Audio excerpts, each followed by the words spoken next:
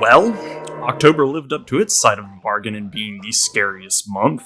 Where to begin? There's the Bayonetta 3 voice acting fiasco. Activision Blizzard is having another round of inappropriate sexual behavior allegations that will undoubtedly be true, so expect an Overwatch character new or otherwise to be used as a smokescreen. Rooster Teeth has dumped more boiling water on their heads with more allegations of workplace neglect and treating employees like dirt. And G4 died. Again. And somewhere in between all that, Konami is trying to revive Silent Hill. Again. I would say cautiously optimistic, but I ain't stupid, at least not to that degree. Happy late Halloween in November, everyone.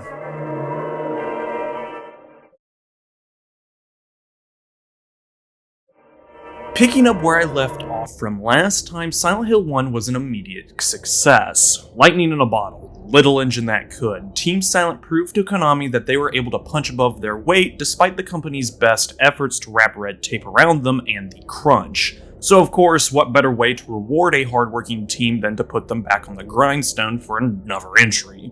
While at best I can only speculate when development started for Silent Hill 2, there isn't an exact date I can call upon, via Takayoshi Sato's resume can we determine that work began on the sequel to Silent Hill right after the PlayStation 1 Classic was released. From it as well can we see that Sato pursued efforts to make the games an international affair, attempting to move the team over to the States. I wonder if that's the reason why the post-Room games were strictly developed by Westerners, as there was already a working agreement. For a little bit of a deeper insight, Sato explains to Gamasutra that the choice to go over to America was partially related to wanting to understand the culture. Well, Silent Hill 1 did pretty well with the US audience in terms of gross sales. I consider that to be kind of fortunate, more like luck, because at that point I hadn't been to the US or Europe or anything, so I really didn't know anything about the West other than what I'd seen in movies or translated books. So we had to seriously think about the Western market, and I mentioned this to the higher-ups, but they weren't so sure. They'd say a good game sells no matter the culture, no matter where it's developed. I don't think that was right. I think that in order to sell something to someone, you have to know that audience. And the Japanese game market had already started shrinking, so I had thought I had to see Europe and the US, since it would be the next main market. Of course, as mentioned previously, Silent Hill 1 director Kiichiro Toyama did not return to work on 2. He put little emphasis on himself and basically pointed towards Sato and the other two heads of the burgeoning franchise, Yamaoka and Ito, as the brainchilds of the Konami Wunderkind. He was merely the guy in the director's chair and didn't think he had the chops or rights to sit in it. He would leave to join Sony and direct the wonderfully esoteric series Forbidden Siren and the slept-on Gravity Rush games. So while Silent Hill 1 background designer Masashi Tsuboyama was the director, I would argue it was in name only, as Sato was the one pulling the strings. As he explains in an interview with Core Gamer, as for Silent Hill 2, I did character design and directed all cinematic CGI. Also, I created story and directed storytelling related aspects. The game credited Sato Works for all cinematics. Even though I was in charge of Sato Works, and because they did not credit explicitly me as CGI director, which is also the Japanese way, there were some misunderstandings. Konami is still trying to hold him down, I see. And though Sato and the team as a whole had much wider creative freedom, the CGI artist drawing upon the likes of Dostoevsky's Crime and Punishment alongside his tenure at university, though Sato does say there was a writer on the team, Silent Hill 2 as it would come to be wasn't solely a creative venture. It was, like any product on the shelf, motivated by financial gain. With that obvious logical statement sucking the air out of all our brains, producer Akihiro Imamura elaborates further in an IGN interview. Well, making games is a business. It's natural, of course, to make a sequel to a hit title. Well, games really are a business, so in that sense, it did make sense. However, there were also creative issues. We made the original fairly late in PlayStation's life, and there were issues we were frustrated with in terms of being able to realize the creative potential of Silent Hill. So, honestly speaking, the team were looking forward to making a Silent Hill game without compromises. It wasn't just a business decision. Imamura himself was originally a part of Team Silent, working as the game system programmer before jumping to a producer's role for 2, then director for 3, back to producing for 4, this time as a sub-producer before dropping off the face of the earth. While that is a bit odd in of itself, Imamura does showcase how much of the original team for Silent Hill worked on too. Practically all of them.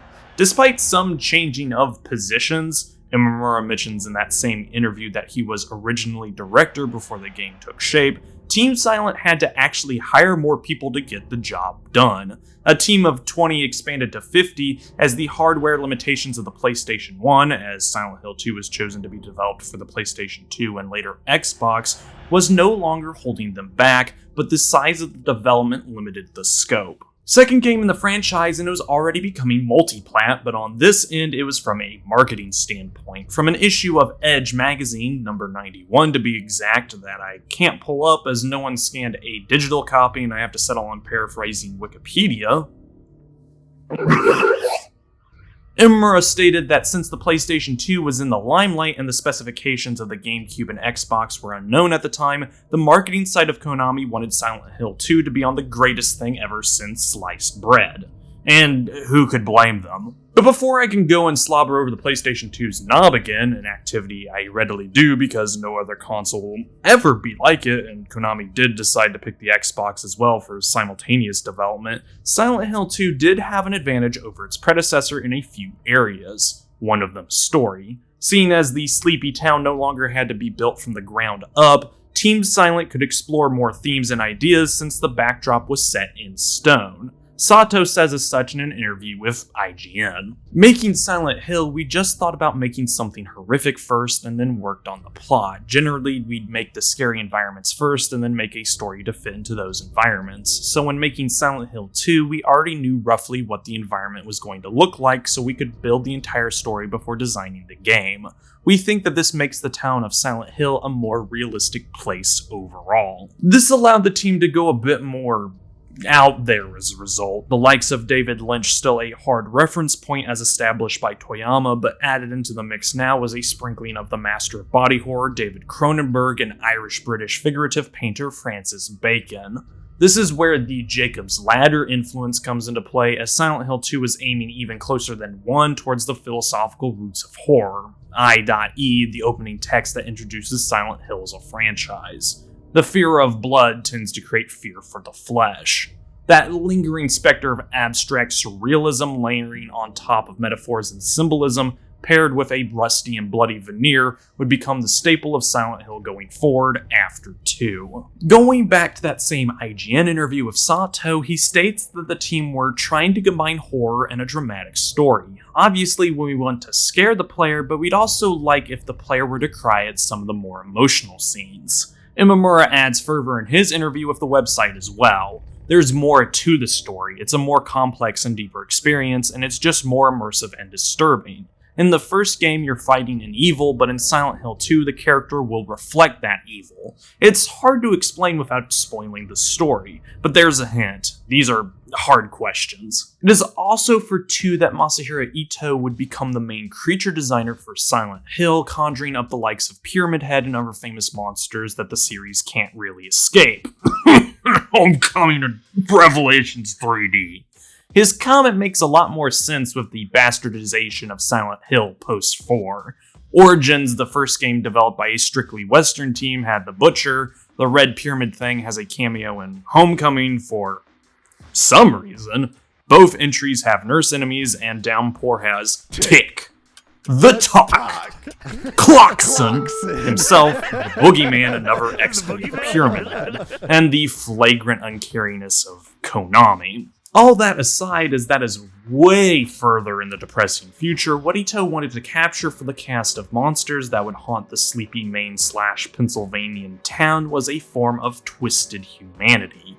Via Swim Standard's retrospective on Silent Hill 2, Ito wanted to achieve a human aspect to the monsters that he could then undermine with weird movements and improbable angles, taking influence from drunk people and stumbling children. The lying figure's upright stance was directly inspired by a programmer at Konami walking up to Ito with his hands buried in his jacket while dancing along to music.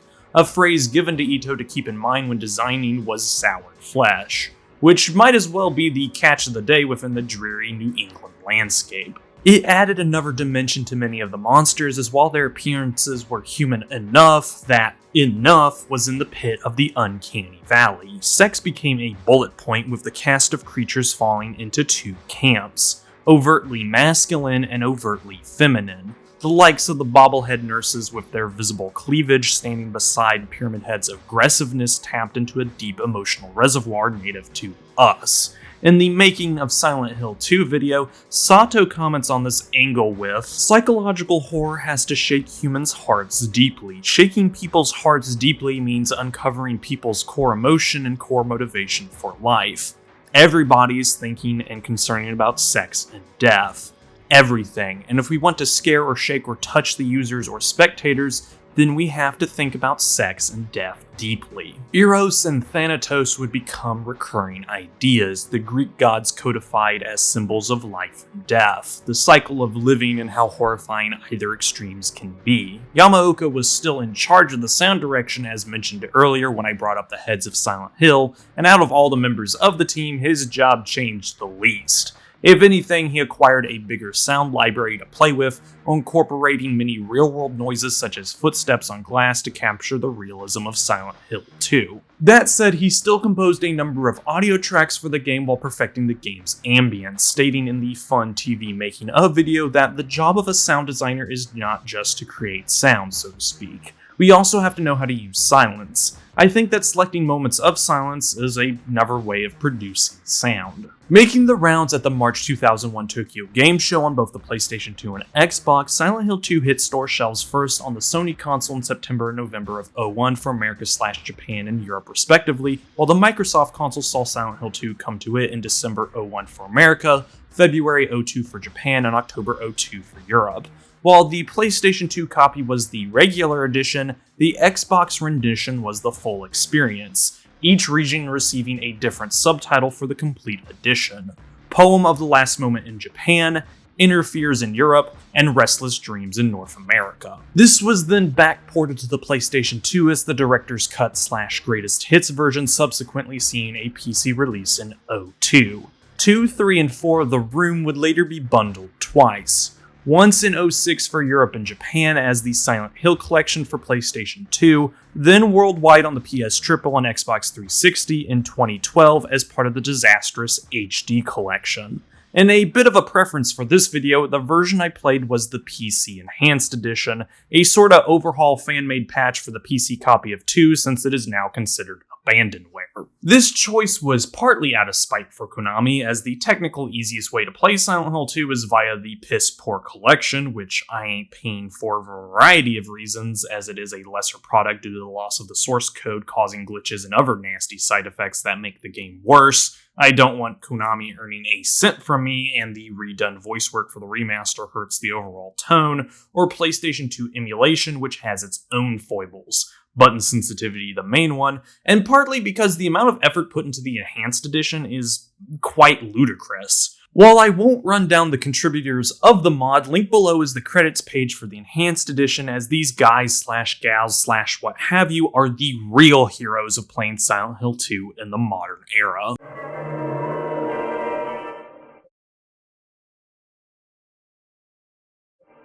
Fair warning, this won't be covering Born from a Wish. While the sub-story does add a bit more to Maria, I'll come back to this near the end for reasons a few of you can guess.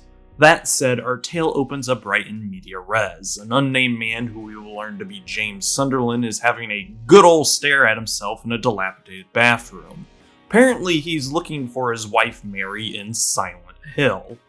One problem: she's been dead for 3 years because of some mysterious illness.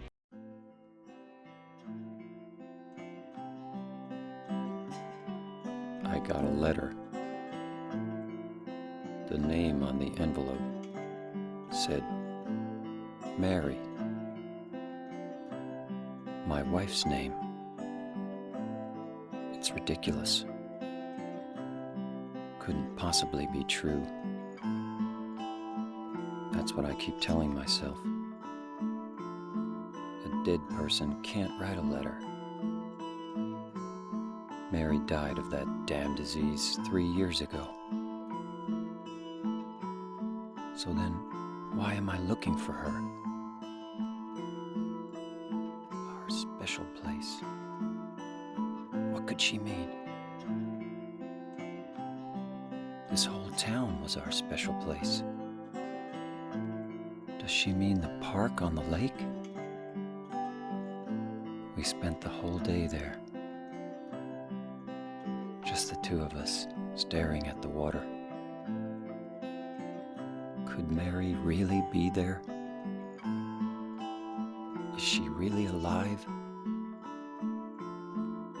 Waiting for me?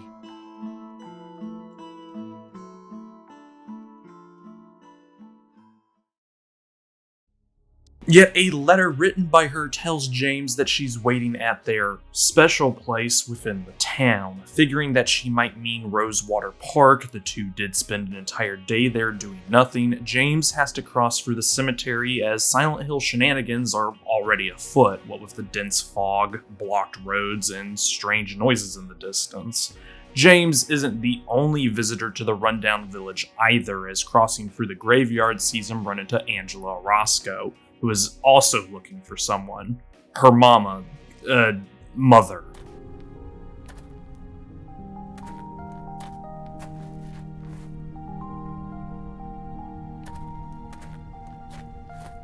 Excuse me, I'm sorry. I No, was it's just... okay. I didn't mean to scare you. I'm kind of lost. Lost? Yeah, I'm looking for Silent Hill.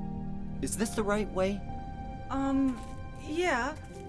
It's hard to see with this fog, but there's only the one road. You can't miss it. Thanks. But Yes? I think you'd better stay away. This town, there's something wrong with it. It's kind of hard to explain, but Is it dangerous? maybe. And it's not just the fog either. Okay, It's... I got it. I'll be careful. I'm not lying. No, I believe you. It's just... I guess I really don't care if it's dangerous or not. I'm going to town either way. But why? I'm looking for... someone. Who is it? Someone... very important to me. I'd do anything if I could be with her again. Me too. I'm looking for my mama. I mean my mother. It's been so long since I've seen her. Despite the subject of their conversation having some form of relative normalcy, this is Silent Hill after all, the two display some odd quirks. General weirdness aside, there is only one road that leads into town that James follows, but a bizarre set of bloodstains and a shambling, squelching creature catches his attention. Following the unknown figure off the beaten path, James winds up in a slap fight with this lying figure, but does earn the trademark broken radio native to this region of the United States. As the only way to get to Rosewater Park is through the Woodside Apartments, which the front gate to is locked, James has to fiddle around town for the key. Finding it and entering the dark residential housing, Mr. Sunderland looks for a light first, finding an L-shaped flashlight on a mannequin stand wearing Mary's clothes, before rummaging through the condemned building for the exit. A few things of note, James runs back into Angela again, worryingly contemplating a kitchen knife. The two get into a spat, with her leaving both the knife and a coin for James to pick up.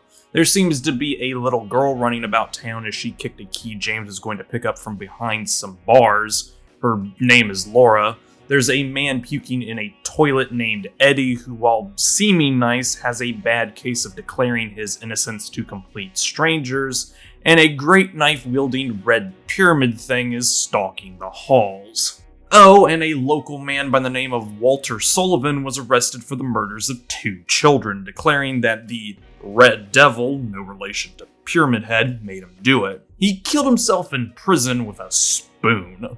Guess that's the last we'll ever hear of Walt now that he's dead and all.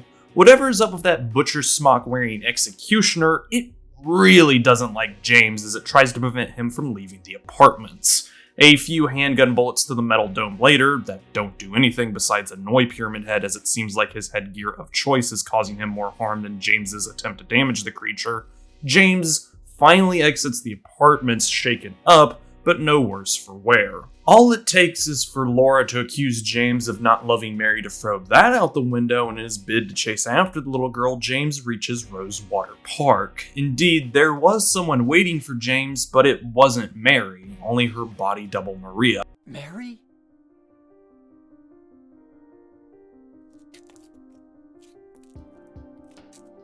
No, you're not. Do I look like your girlfriend? No, my late wife. I can't believe it. You could be her twin. Your face, your voice, just your hair and clothes are different. My name is Maria. I don't look like a ghost, do I? Though the two are different people, Maria is basically a one-to-one copy of Mary, besides the fact that she dresses up more scantily than the wife. A little bit of prodding from the doppelganger, James remembers that the Lakeview Hotel was the couple's other special place, and though he tries to head to it by himself, Maria tags along after some goading. Yet the two get sidetracked when James enters a bowling alley, Maria hates the sport, to find Eddie munching on some pizza and talking with Laura. The two seem to share a bond as he seems to open up to the little girl even after she insults him.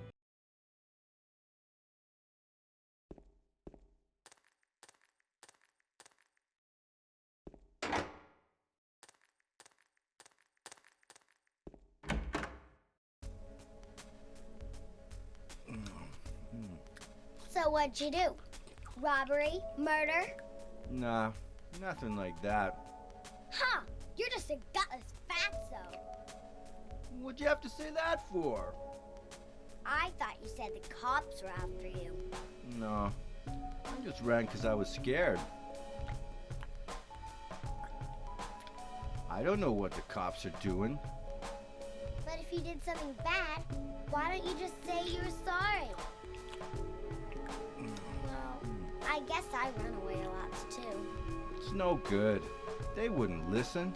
Nobody will ever forgive me. The same can't be said for James and Laura as she runs away at the sight of him, leading to our guy and Maria giving chase, entering Brookhaven Mental Hospital. While filled with more notes than you can shake a stick at, the two can't find Laura, and Maria seems to have caught something in her and James's exploration, leading to her hiding out in one of the patient rooms. This leaves James alone to have another scuffle with Pyramid Head and his eventual reunion with Laura. The little girl seems unfazed by the hellscape that is Silent Hill. There's no bruising or anything on her, so no monsters have attacked Laura, and her reason for coming to the town is the same as James's. They are both looking for Mary. But there's some dissension. Laura met Mary a year ago. She was dead during that time, so either Laura is lying or James is an unreliable narrator. He doesn't take the news of Mary's apparent friendship with Laura well, off the cuff snapping at Laura, leading to her locking him in an office under the guise of finding a letter written by Mary. We at least get confirmation that Laura either doesn't see the monsters of Silent Hill, or that they don't exist for her as James gets attacked by 3 flesh lips. Wait, there's something I gotta get. Later, okay? But it's really important. What is it? A letter from Mary. Huh? I wanna go get it, is that okay? Yes.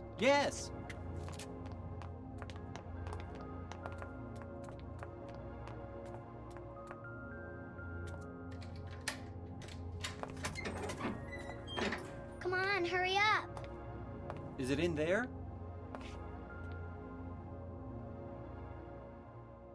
Yeah, in the back.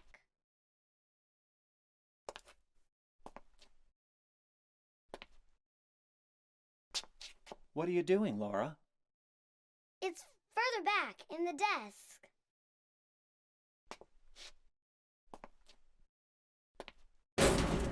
Laura! What are you doing?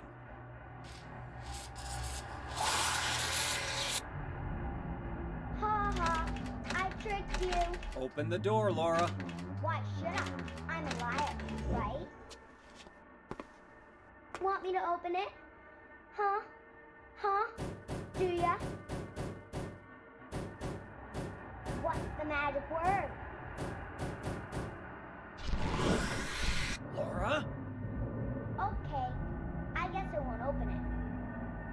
I think I'll just leave you like this. You snotty little brat! Open up! Why, you... Laura? You hurt me! Going from bad to worse, James slips into the alternate world of Silent Hill in an attempt to leave Brookhaven. Thankfully, or not, as James gets chewed out by her, Maria is also in the other world, so James at least has a witness for the odd trick-or-treat quiz show interlude. Out of everything in Silent Hill the franchise, this gets to me the most. I have a distinct fear of quiz shows. James. Mary? Oh, Maria. It's you. I thought you were... Sorry.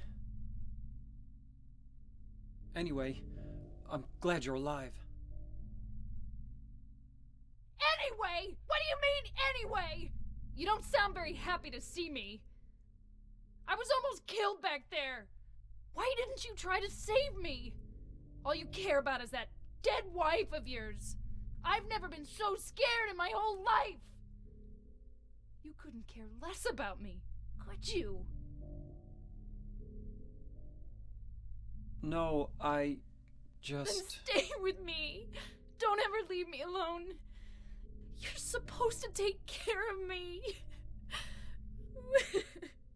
So, what about Laura? Did you find her? Yeah, but...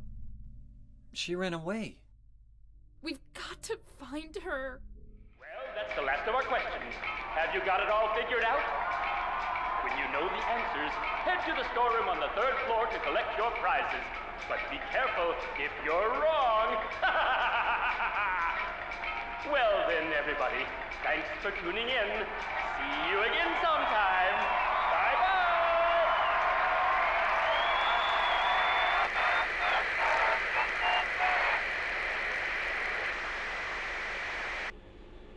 What was that? It's not all fun and games, though, leaving the hospital. Pyramid Head strikes again, this time armed with a much less weighty spear, and he manages to rip Maria apart, leaving James alone for the time being.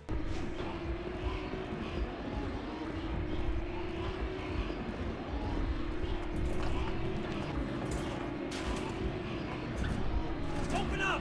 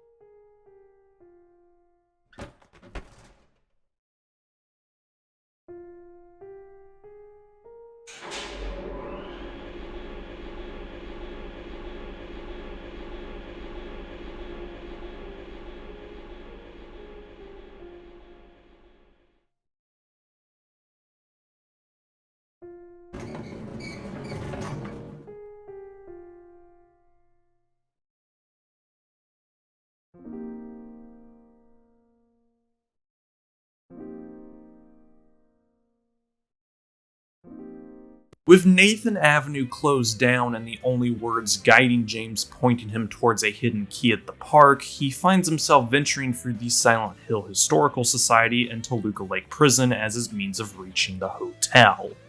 Deep, deep underground, time and space stops assuming any coherence as James explores the impossible space of Toluca Prison. At least, Eddie is here, as unstable as he has become. Oh, and Maria, but she doesn't seem to remember anything about what happened at the hospital. And she seems to be assuming herself as Mary. Not James's, though. Perhaps Silent Hill's Mary?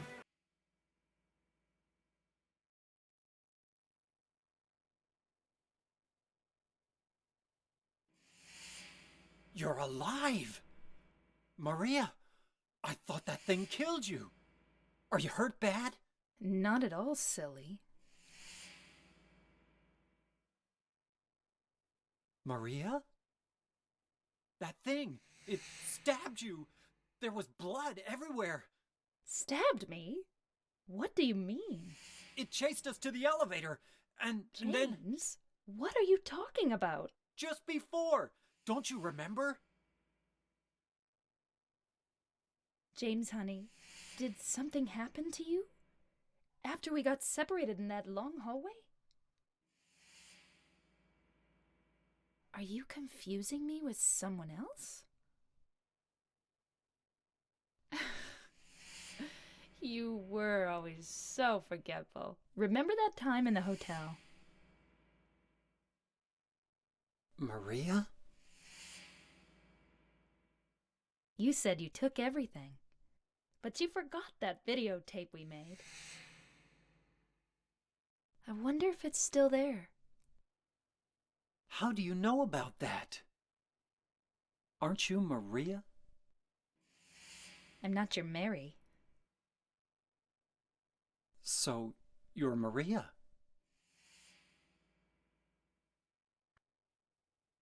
I am. If you want me to be. All I want from you is an answer. It doesn't matter who I am. I'm here for you, James. See? I'm real.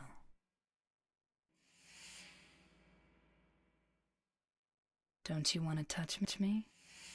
I don't know. Come and get me. I can't do anything through these bars. Okay. Stay right there. I'll be there soon. Since she's trapped behind bars, Maria can't do anything but wait for James to reach her on the other side. In his bid to do that, James ends up stealing Pyramid Head's great knife and finding Angela cowering in a corner from a disgusting bed monster called the Abstract Daddy. Angela called it her father, and the room James kills the creature in has awful implications. Daddy, please don't!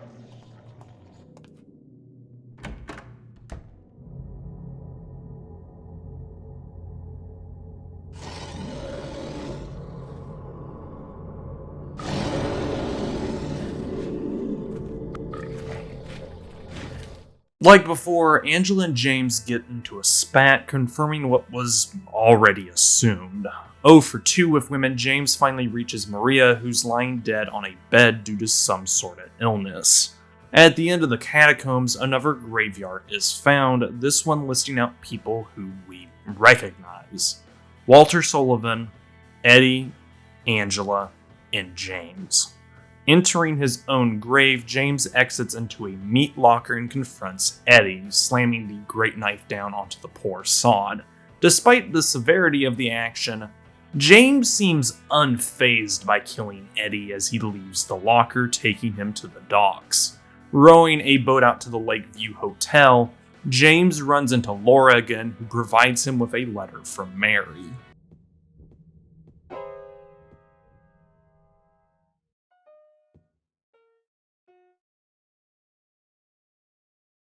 Did I scare you? Yeah, you did.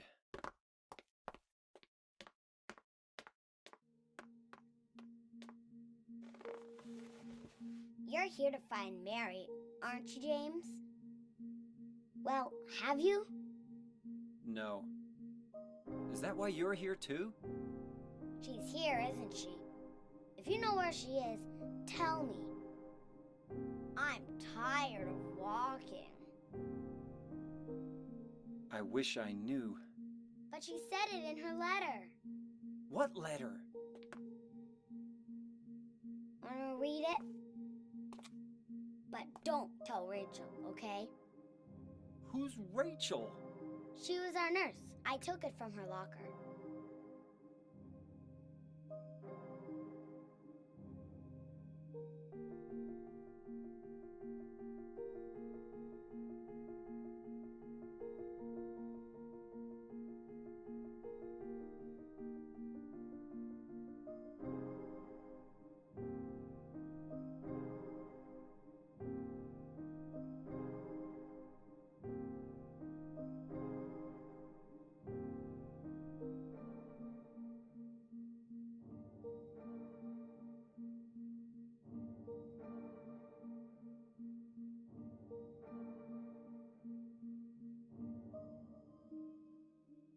Laura, how old are you? I turned 8 last week. So, Mary couldn't have died 3 years ago. Could she really be here? Is this the quiet, beautiful place she was talking about? Me and Mary talked a lot about Silent Hill. She even showed me all her pictures. She really wanted to come back. That's why I'm here. Maybe you'll get it if you see the other letter. The one Mary... Huh? I must have dropped it. Laura! I gotta find it. Laura! This one seems to be dated much earlier than 3 years ago, a week earlier to be exact, and upon reading this new letter, the old one James read at the start disappears. There also appears to be a second letter for Mary, but Laura dropped it somewhere in the hotel. Splitting up the duos, James looks for a videotape he and Mary shot while at Lakeview. It is upon watching it that the truth gets revealed.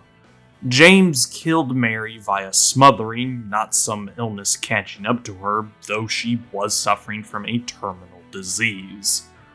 With one last chewing out from Laura, James shuffles back off towards the other world, a drowned version of the hotel, on his way to find his wife. Here. It's so peaceful. You know what I heard? This whole area used to be a sacred place.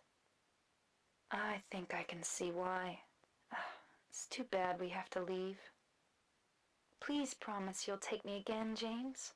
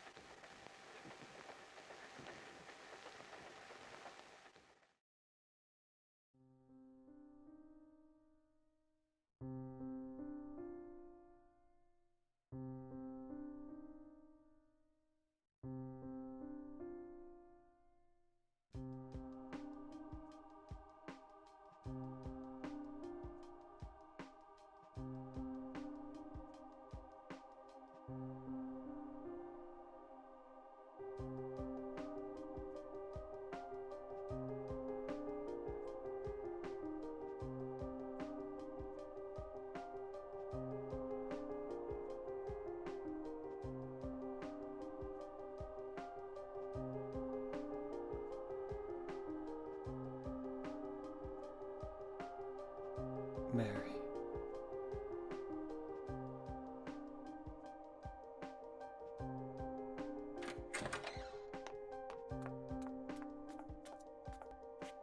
So there you are, James. Did you get the letter? Did you find Mary? If not, let's get going already, okay?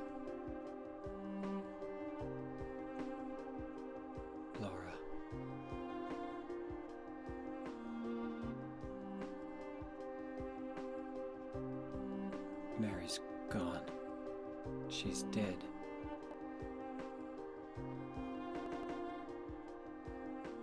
Liar, that's a lie! No, that's not true. She died because she was sick? No, I killed her.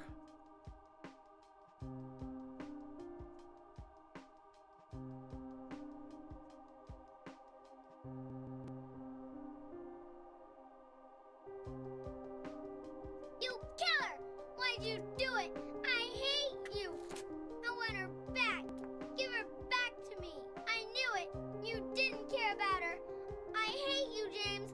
I hate you! I hate you! I hate you!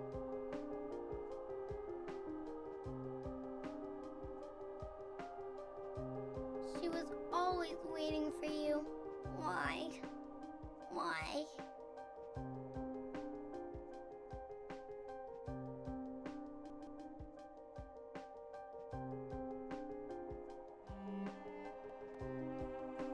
I'm sorry.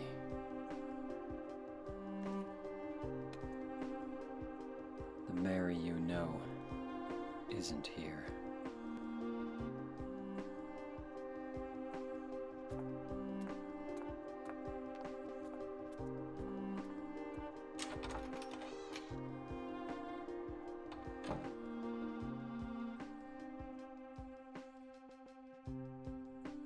Laura, I'm sorry.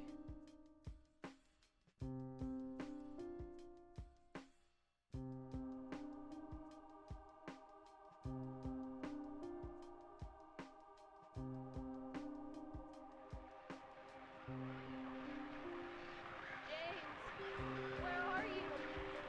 I'm waiting. I'm waiting for you. Please come to me. Do you hate me? Is that why you won't come? James, That voice! James, please hurry. Are you lost? I'm here. I'm waiting nearby, James. Please. I want to see you, James. Can't you hear me? James. Please, James. James. This is his last stop, and so is Angela's. Her Silent Hill, a hellish inferno, facing off against Pyramid Head one last time, there being two now.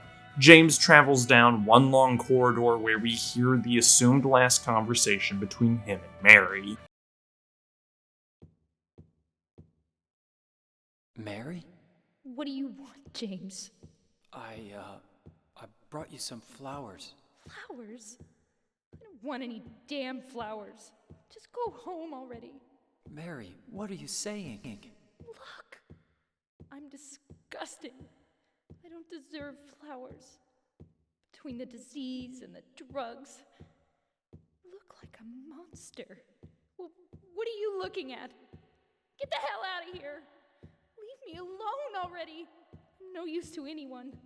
I'll be dead soon anyway. Maybe today, maybe tomorrow. It'd be easier if they'd just kill me. But I guess the hospital is making a nice profit off me. They want to keep me alive. Are you still here? I told you to go. Are you deaf? Don't come back. James, wait. Please don't go. Stay with me. Don't leave me alone. I didn't mean what I said. Please, James. Tell me I'll be okay. Tell me I'm not going to die. Help me. At the top of another improbable area, James finds Maria, and fully rebuffs her, staying loyal to his wife.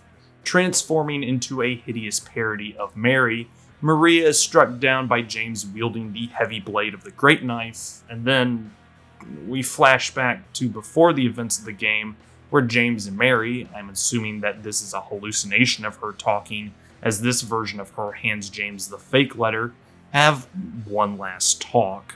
Overcome with hate and guilt, James killed Mary both as a way to end her suffering and because he disliked having someone hold him down. But Mary was everything to James, and without her, Sunderland has no reason to live. Fulfilling the prophecy that the three graves presented in the catacombs, this story ends in water. James.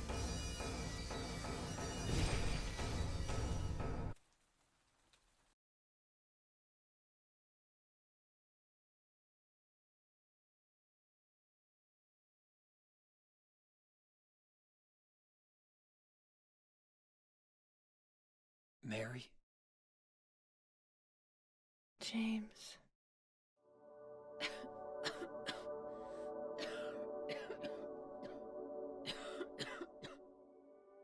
Forgive me. I told you that I wanted to die, James. I wanted the pain to end.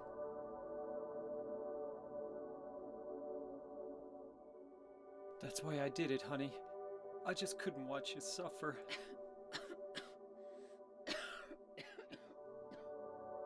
No. That's not the whole truth. You also said that you didn't want to die. The truth is, part of me hated you for taking away my life. You killed me, and you're suffering for it. It's enough, James.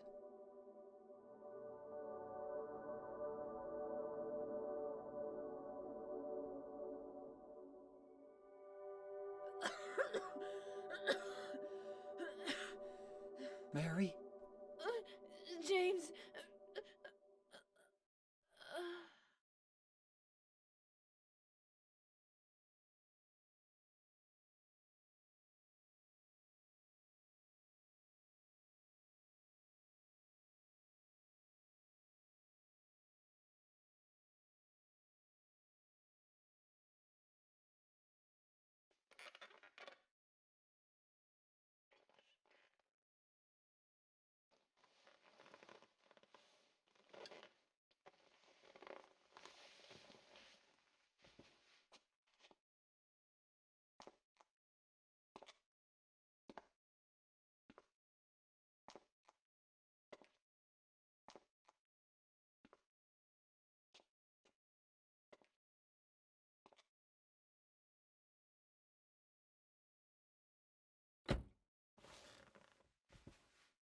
Now I understand the real reason I came to this town. I wonder, what was I afraid of? Without you, Mary, I've got nothing.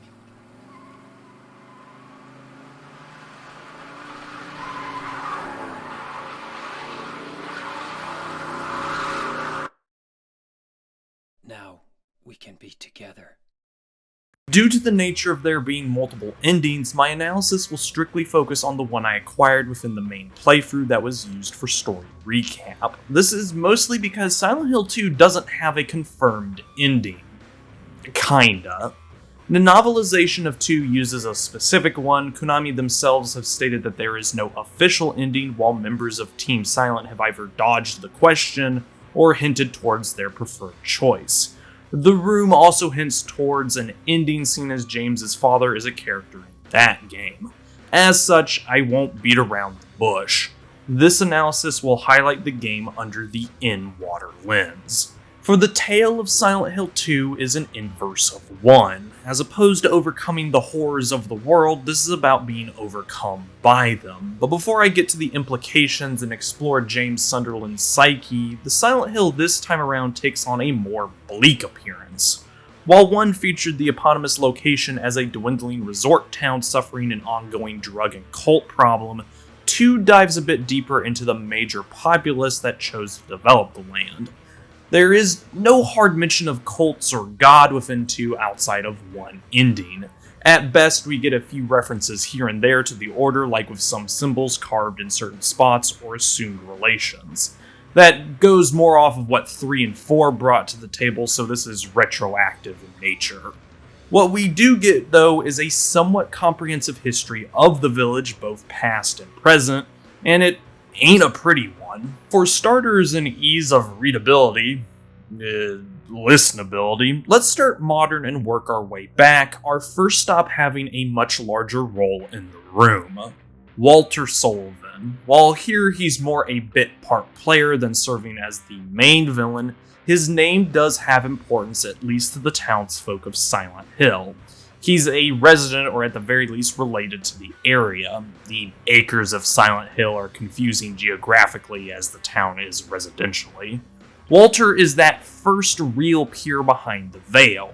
His brutal murder of 2 children sets up that the location as a whole either tends to bring out the worst in people, that the whole town is a festering boil waiting to explode, that the location acts as a neutral judge for those lost, or a combination of the three. A melting pot of the bizarre and abhorrent that merely masks itself with coincidence or unexplainability. The interview from Walter's classmate states that he didn't seem to be the type to kill kids, before adding that Walter was just a wee bit crazy, and the mythos of the Red Devil has no explanation within the vacuum of 2. This tiny, insignificant to the grand scheme of things footnote actually foreshadows a large number of reveals within the plot pertaining to all the characters. We don't know who people truly are until they shut off their mask of normalcy and show their true colors. This applies to James, to Angela, to Eddie, and to Mary. First impressions aren't the truth, which can be downright ugly and scarring to the psyche, so much so that it is easier to wear a persona than face reality. Now, how this goes about people is different for each one. With our cast, they all display a unique defense mechanism. Angela's mind regresses to that of a child willing to do anything to please their parents. Eddie shoves the blame onto others for his own reckless actions. James constructs a false reality that provides some semblance of black hope, while Mary takes it out on others as that is all she can do. But what they all share in common is what I've said earlier. It's an escape from the harshness of actuality. That brings me to both Angela and Eddie, as they too are connected to this cursed land. While we never get concrete details on what has happened in their backstories, i.e. exact time and locations of events, we can assume that the atrocities committed on Angela and crimes acted out by Eddie were within the same general zone that surrounds Silent Hill. Why else would the two be drawn to the town? The scars of rape and bullying still burn, calling Angela and Eddie out to face their lives' truth. That yes, her mother, father, and brother were complicit or guilty in hiding or perpetrating one of the most grievous harms to anyone, especially a woman, and yet that Angela is no better, lost in the proverbial fog of victim blaming brought upon by her mother due to Angela's choice to murder her father. A gaslight that blazed into a towering inferno fueled by Silent Hill's nature. Despite, or more accurately, in spite of the sympathetic nature of Angela's background, Silent Hill treats her exactly like the criminal she thinks she is. As within the grounds of the town, crime is not paid onto crime, and justice is served swiftly but not always correctly. Ask the arsonist. I will admit I am taking liberties with this stretch, as at the end of the day, 2 wrongs don't make a right, but compare Angela to the rest of the 4. James and Mary took aggression out on each other, one with words, the other her life, while Eddie was quite blatant with his shooting of the dog and man. Murder, embezzling, Mary states that she takes and takes with nothing to give James in the letter, and bodily harm. In the throes of proper justice dictated by law, Angela was as guilty as her father. Public opinion would sympathize. Is the victim of rape a criminal for killing their rapist? While Silent Hill pressures Angela into a corner, the forces of the area never outright state that she was right or wrong in butchering her dad. It only preys upon her subconscious thoughts and what she believes. That leaves Laura the thief and Maria the counterfeiter, both of whom are innocent as well, on the hard and extra difficulty versions of the Dead Men puzzle. Laura herself is the oddball of the bunch, as because she is a child, she has no guilt to be tormented with. The powers that be don't subject her to horror. Laura sees the town as is.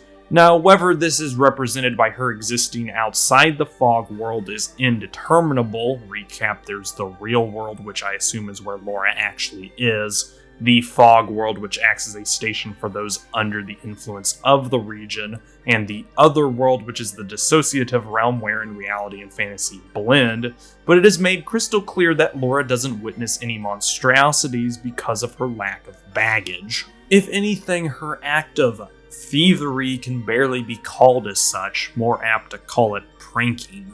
Looking into why Maria is the counterfeiter doesn't need a thorough explanation. You have ears and eyes. She's a counterfeit made by Silent Hill to get James to remember, and via that is she considered guilty despite her own qualms.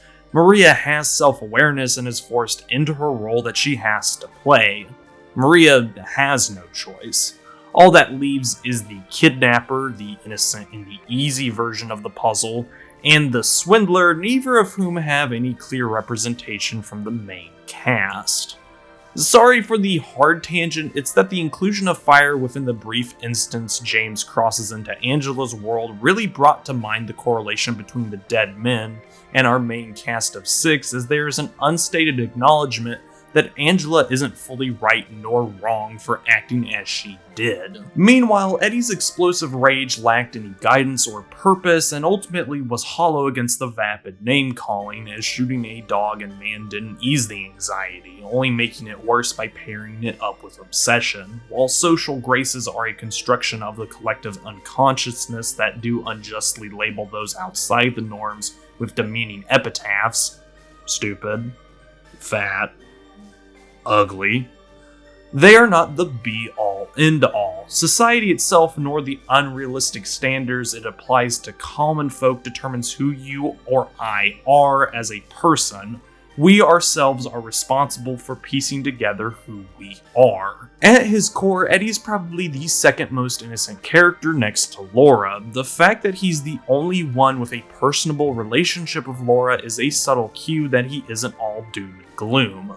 This also conveys that Eddie is intellectually disabled, with his style of clothing and friendly demeanor reaffirming that, but not defining him.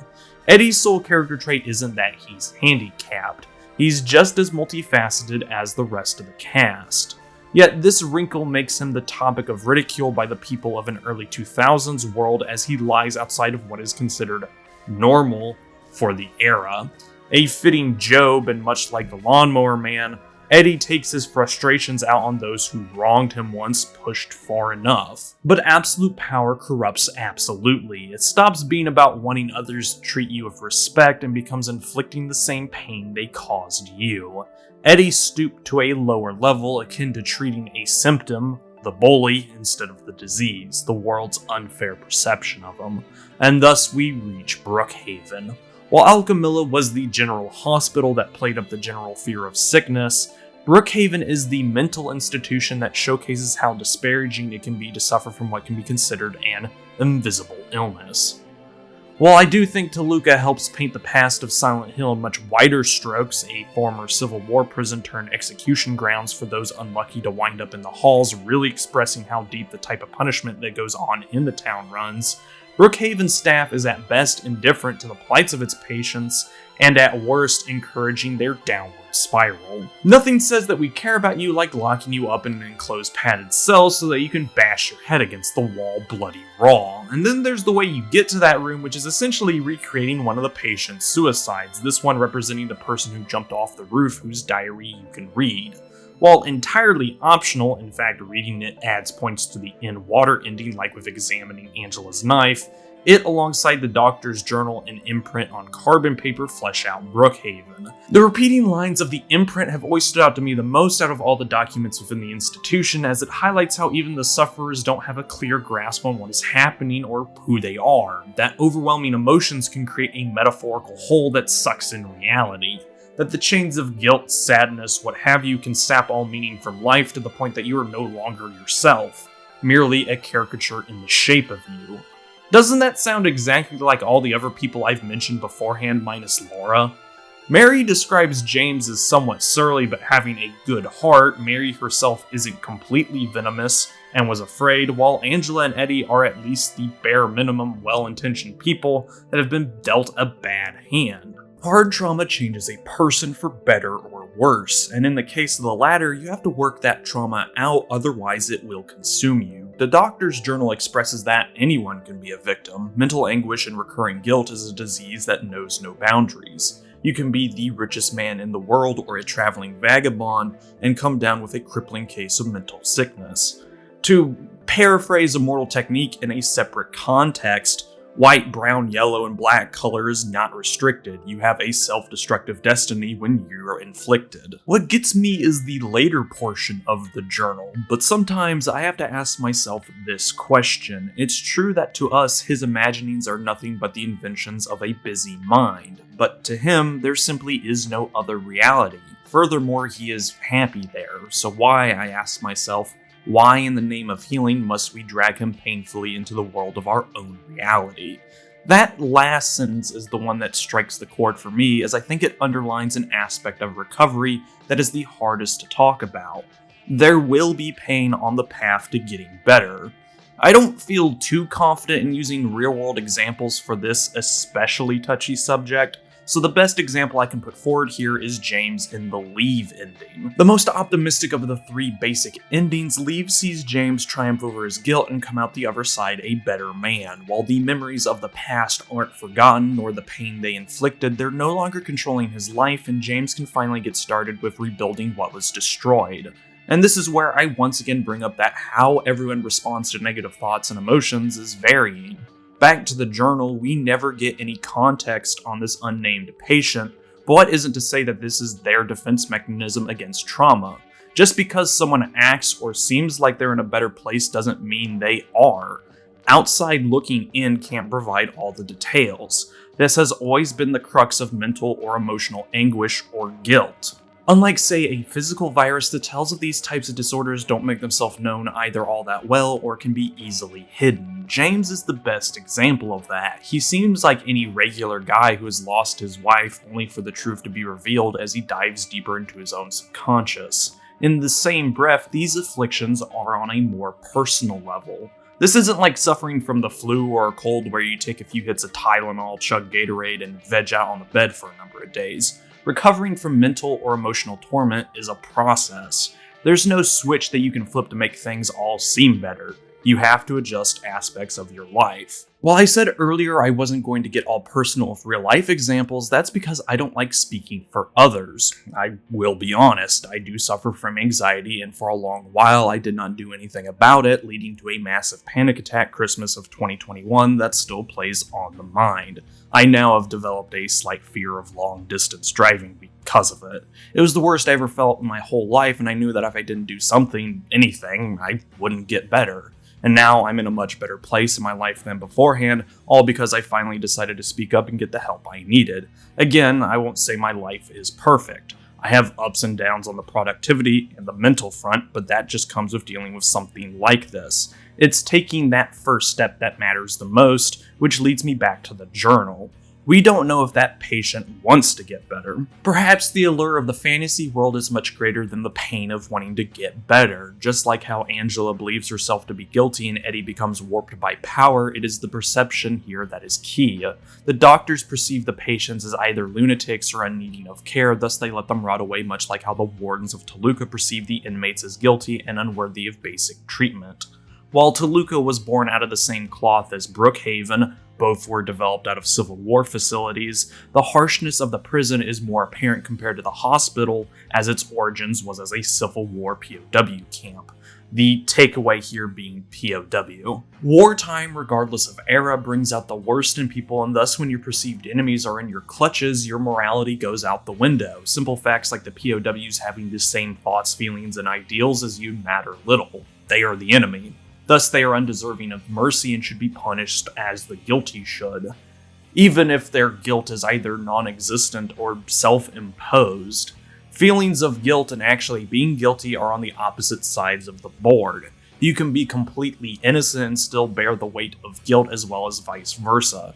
Humans are emotional creatures, and how we compartmentalize aspects of our life, including trauma, can be mysterious and unexplainable at times. For an example, say you're driving along and are forced to stop at a stoplight. You're wanting to turn right on red and are letting the people on the crosswalk go first before you make your turn. The light then changes to green, but right as you're making your turn, someone decides to jump in front of your car in clear violation of the crosswalk rules, leading to you running into them.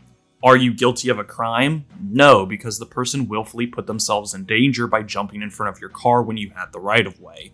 They're the ones guilty of attempted insurance fraud. But would you still feel guilty?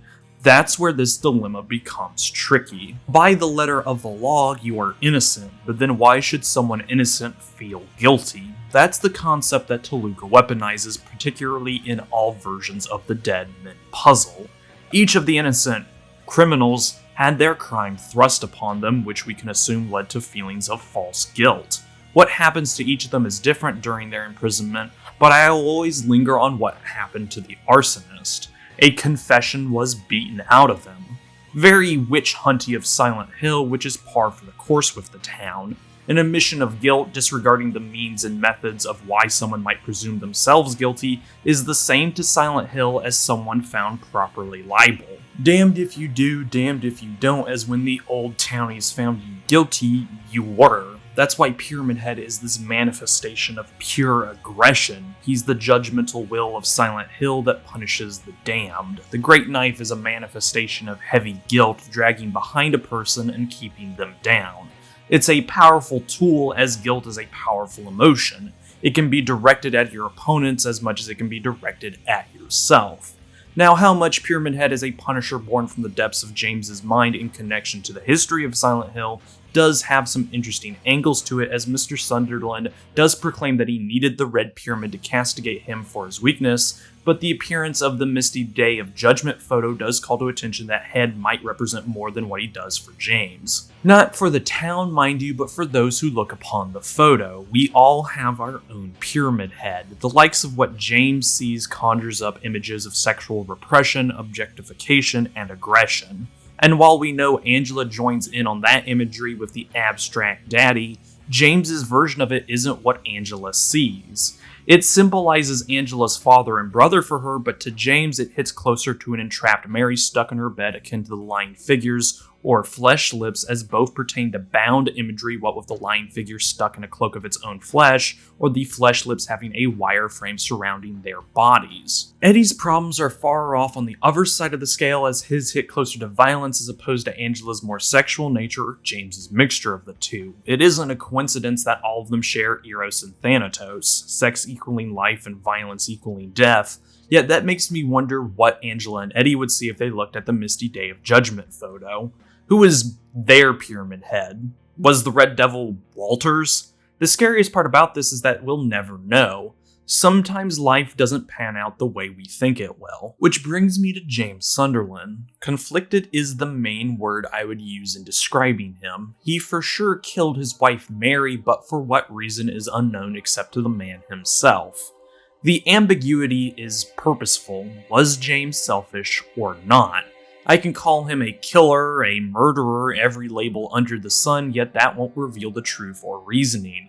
I would only be acting in the place of Silent Hill, of Pyramid Head, a reminder of guilt. Was the murder of Mary born from a sense of empathy, like pulling the plug on someone who doesn't have long left? We know that the physical and psychiatric care within the area of Silent Hill is abysmal. Mary contemplates that the only reason why she was left alive is so that the doctors can squeeze money out of her. Or was there a baser logic to James's actions? The vile words of Mary personified as the lying figure, the sexuality of the bobblehead nurses that Mary couldn't provide, Maria the ideal version of Mary. Perchance she was a ball and chain to James that he sought to remove, but whatever the case may be, James still feels the guilt of his actions. Whether this is legitimate or not matters little to the town. To James. I'm always drawn to the way James carries himself, particularly his way of emoting. He comes across as just a regular guy, but his dull delivery of words rings to me that he's been checked out since Mary's death. He is courteous to others, but lacks the ability to console or read the room. It's like James is just going through the motions, oblivious to the feelings of others because he's so self-absorbed by his own. From the first we see of James in the bathroom stall, he's dead-eyed and assuring himself in the mirror that what he's seen is real. He knows from the very start that Mary is dead, but hangs on to his delusions that she isn't, that he still has a reason to live. There was a hole here, and now it's gone. The fact that this esoteric sentence was in a bar later to be joined by another wall message telling James to kill himself isn't lost on me. It reads that James was drinking himself to death to escape the truth. We can confirm that James has a drinking problem when he examines some of the alcohol in Heaven's Night, making the two messages at Neely hit closer to home. A cryptic clue to the truth and a ruthless but truthful accusation. And what about all the times James nonsensically puts himself in danger? Angela tells him that Silent Hill is dangerous in the graveyard, yet he just fobs it off, and there are no less than 3 instances in the apartments where James performs what I can only call reckless behavior. He sticks his hand in both a hole of unknown origin, where anything could be lying in wait to rip it off, and a dirty toilet bowl overflowing with rank liquid, and instead of leaving the room where he first encounters Pyramid Head in, James opts to hide, which is the riskier choice. I know those first 2 might just seem like gameplay peculiarities, but you'd think James would comment on the risk of either actions. But no, he's more than willing to rummage around in strange holes as he's already given up.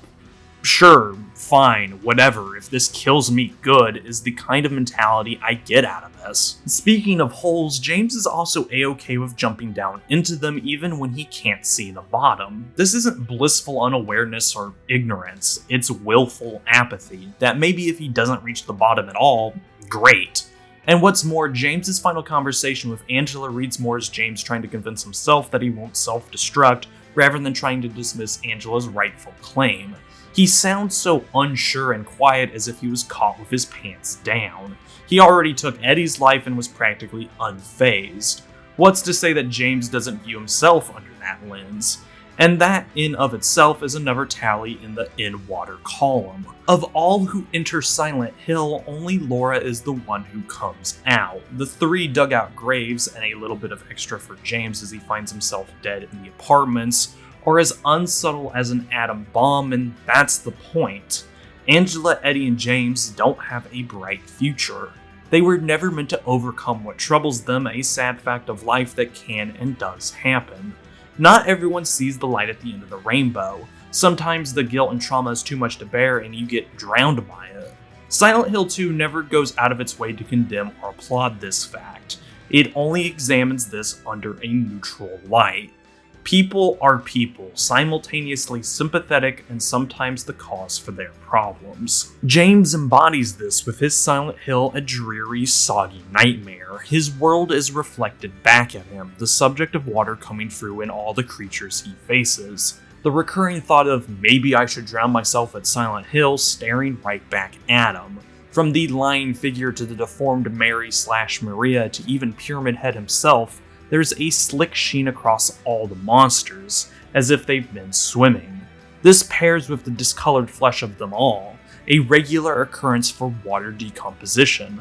While all the creatures highlight the many troubles within James's psyche, the through line is in water, as early when Pyramid Head leaves after his first defeat in the apartments, he walks into a submerged section of the building. And this wouldn't be the first time a resident of the area would perish in the lake. Toluca is the resting grounds for a large number of the dead of Silent Hill. The Little Baroness sank for unknown reasons, and who knows about the others that sleep below the lake. Was James inspired by these incidents to drown himself? For the comparison, Angela's world is a roaring conflagration, while Eddie's is an icy tundra. I am spitballing here, as we can't assume Angela or Eddie wanted to kill themselves via extreme heat or cold, and I always figured that the flame and freeze was more representational of their pain or trauma, yet these elements do have a meaning to those they are attached to. They are little glimpses of their Silent Hill, their own reality.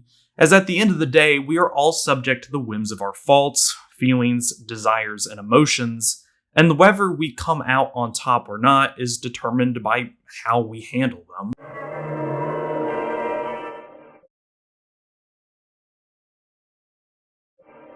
"10 words. All it takes is 10 words."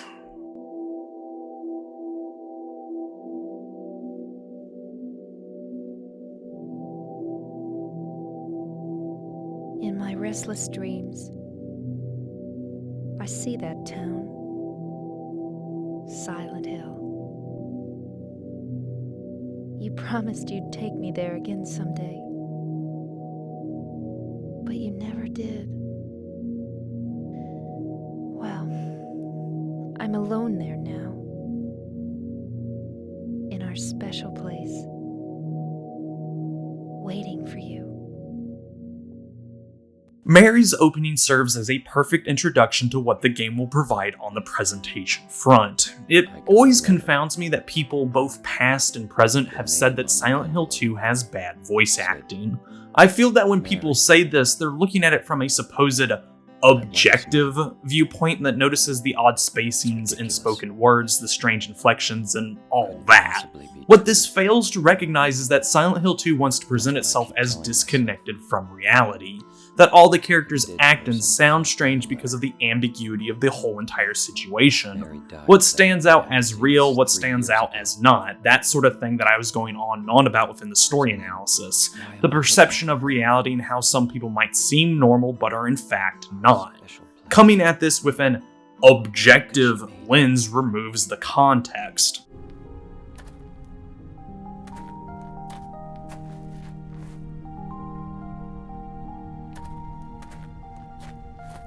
Excuse me, I'm sorry. I No, was it's just... okay. I didn't mean to scare you. I'm kind of lost. Lost? Yeah. I'm looking for Silent Hill. Is this the right way? Yeah. It's hard to see with this fog, but there's only the one road. You can't miss it. Thanks. But Yes? I think you'd better stay away. This town, there's something wrong with it. It's kind of hard to explain, but Is it dangerous? maybe. And it's not just the fog either. Okay, I got it. I'll be careful. I'm not lying. No, I believe you. It's just, I guess I really don't care if it's dangerous or not. I'm going to town either way. But why? I'm looking for someone. Who is it? Someone very important to me. I'd do anything if I could be with her again. Me too. I'm looking for my mama. I mean my mother. It's been so long since I've seen her. I thought my father and brother were here, but I can't find them either. I'm sorry. It's not your problem. I hope you find them. Yeah, you too.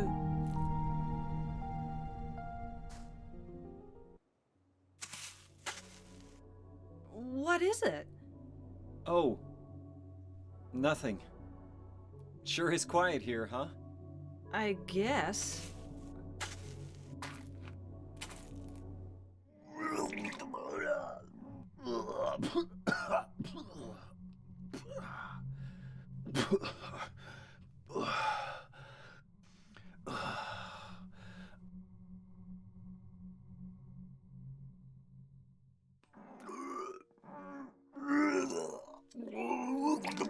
It wasn't me.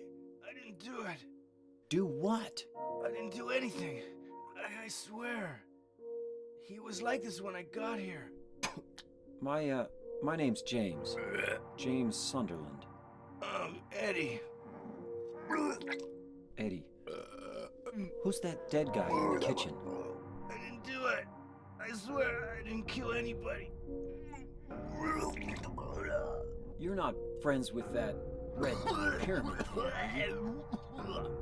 Red pyramid thing? I don't know what you're talking about. Honest. But I did see some weird-looking monsters. They scared the hell out of me, so I ran in here. Well, I guess this place isn't too safe either. What happened here anyway? I told you, I don't know. I'm not even from this town. I just...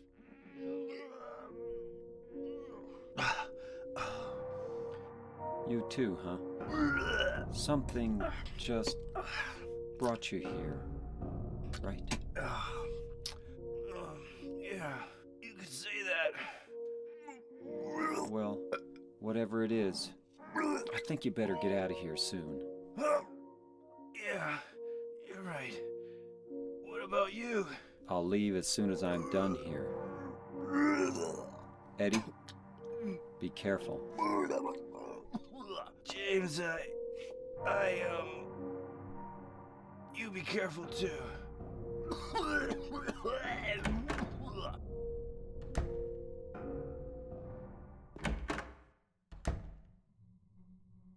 Eddie, are you okay? Yeah, I guess. Oh, it's you. Yeah, I'm James. Angela. Angela, okay. I don't know what you're planning, but there's always another way. Really? But you're the same as me. It's easier just to run. Besides, is what we deserve. No, I'm not like you. Are you afraid? I'm sorry. It's okay. Did you find your mother? Not yet. She's not anywhere. Did she live in this apartment building? I don't know. So, all you know is she lived in this town. What did you say?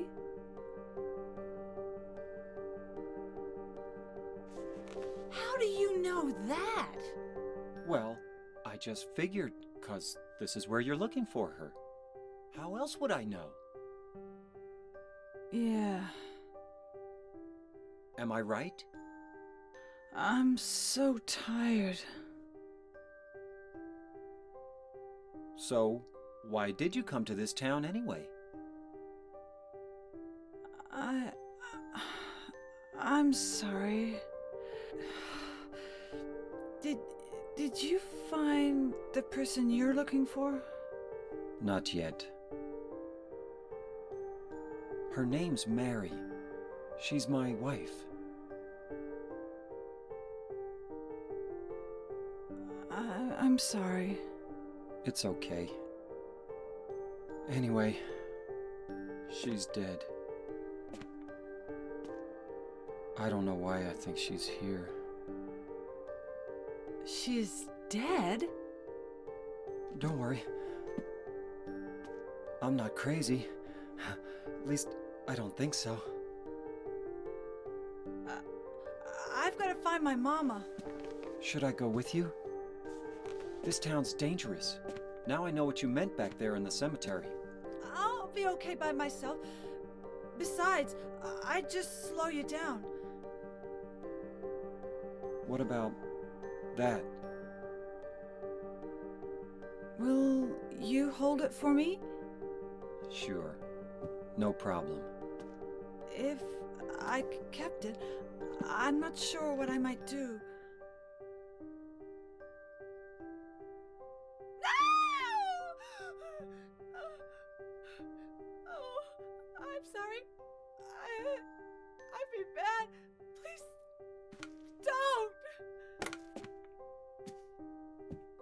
A lot of the game is carried by Gaichihi's despondent and bizarre performance as James Sunderland, who spearheads this explicit framing with how he carries himself.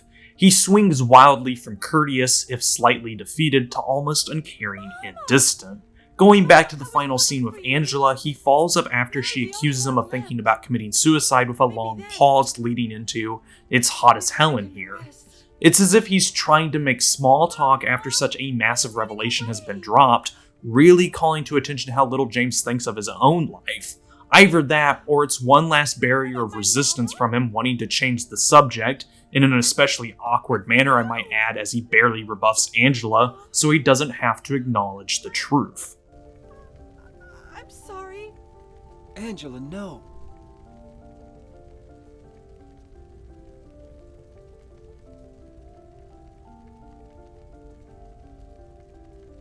Thank you for saving me.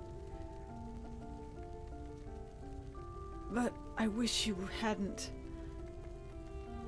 Even Mama said it. I deserved what happened. No, Angela, that's wrong.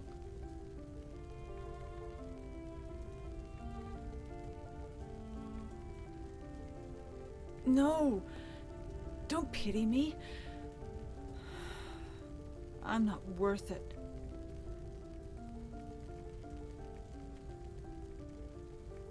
Or maybe you think you can save me. Will you love me? Take care of me? Heal all my pain?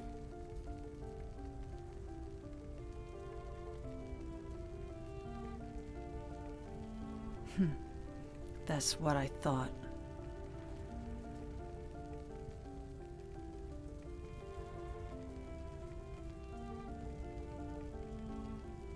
James,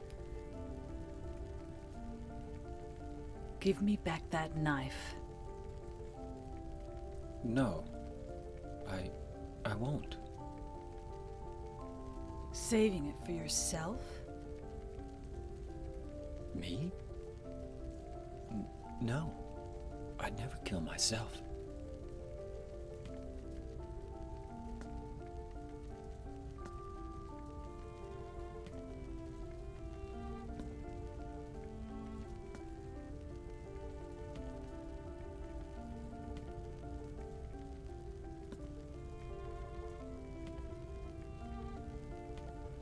It's hot as hell in here. You see it too. For me, it's always like this.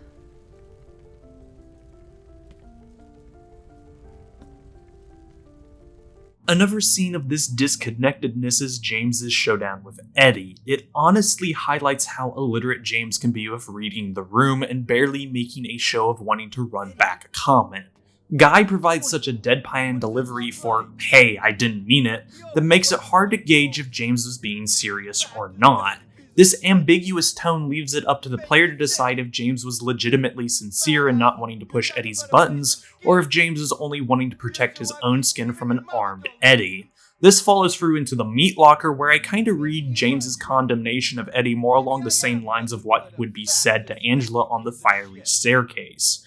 It sounds like James is trying to convince himself that killing people is wrong rather than Eddie. Ugly, pretty, it's all the same once you're dead. And the corpse can't laugh. From now on, if anyone makes fun of me, I'll kill him. Just like that. Eddie, have you gone nuts? I knew it.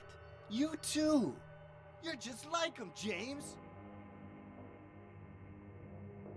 Hey, I didn't mean anything. Don't bother. I understand. You've been laughing at me all along, haven't you? Ever since we first met. I'll kill you, James! Do you know what it does to you, James? When you're hated, picked on, spit on, just because of the way you look, after you've been laughed at your whole friggin' life. That's why I ran away after I killed the dog. Ran away like a scared little girl. Yeah, I killed that dog. It was fun. It tried to chew its own guts out. Finally died all curled up in a ball. Then he came after me. I shot him too, right in the leg. He cried more than the dog.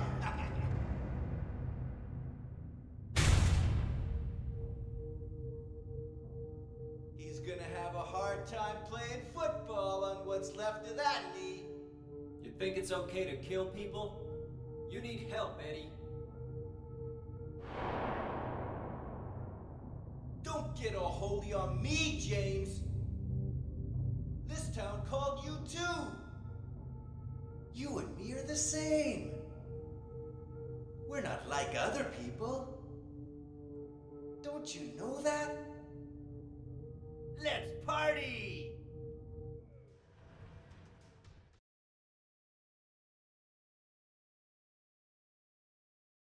Eddie? Eddie? I killed a human being. A human being.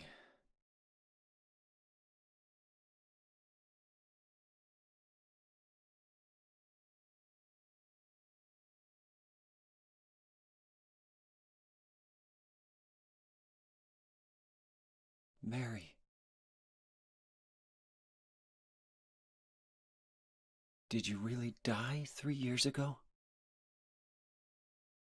Then there's after James kills Eddie, which can be taken a number of ways. Was James in shock after killing Eddie and his statements were from a perspective of unbelievability? Taking someone's life is not an easy task and it lingers with you forever. So was James in the middle of experiencing that? Or was the dry delivery a slip below the mask? James has already killed a person, so what is one more to the pile? Practically all of Guy Chihi's deliveries aim for this unsureness, where you can't pinpoint what emotional state James is in. He plays him as this sympathetic, regular guy that is an unreliable narrator, but to what degrees shifts and sways because James himself is slipping deeper and deeper into psychosis. But that's not all, the rest of the cast puts in a solid performance as well, with Monica Taylor Horgan stealing the show of one of the greatest monologues to ever grace fiction. What starts off as a calm explanation and reassurance breaks down in real time as if the graveness of the situation Mary is in is finally hitting her, that all she has left is dwindling time, and all she can do is take, and take, and take. You feel the pain and sadness coming through, and it is legitimately heart-wrenching to hear, as past the somewhat vicious front that lashed out against her caretakers was someone deathly afraid. For such a bit part voice-wise, Monica Horgan's hauntingly beautiful delivery stays with you through the thick and thin of the journey. It acts as the only buoy in the Lake of Toluca that slowly but ever surely gets revealed to be one last gasp before you sink. In my restless dreams, I see that town. Silent Hill. You promised you'd take me there again someday. But you never did. Well, I'm alone there now, in our special place, waiting for you. Waiting for you to come to see me. But you never do. And so I wait, wrapped in my cocoon of pain and loneliness. I know I've done a terrible thing to you.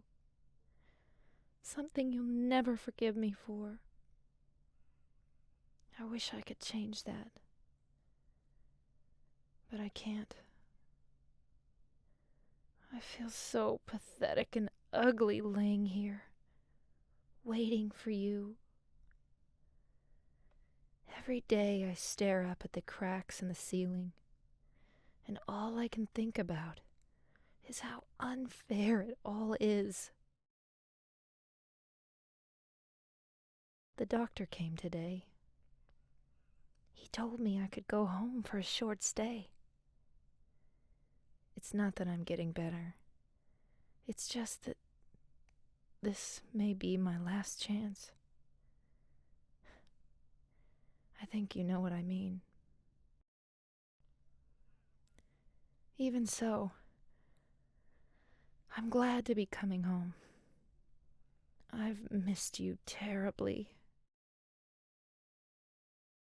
But I'm afraid, James.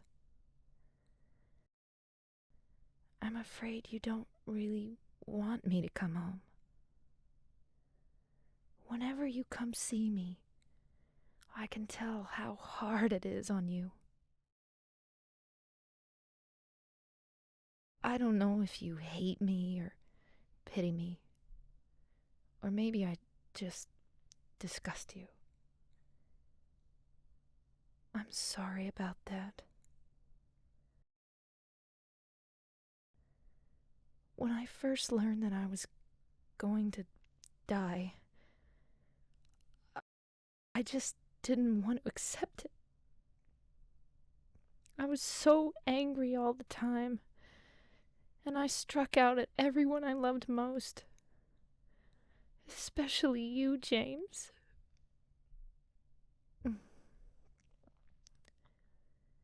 That's why I understand if you do hate me. But I want you to know this, James. I'll always love you. Even though our life together had to end like this, I still wouldn't trade it for the world. We had some wonderful years together. Well, this letter has gone on too long, so I'll say goodbye. I told the nurse to give this to you after I'm gone. That means that as you read this, I'm already dead.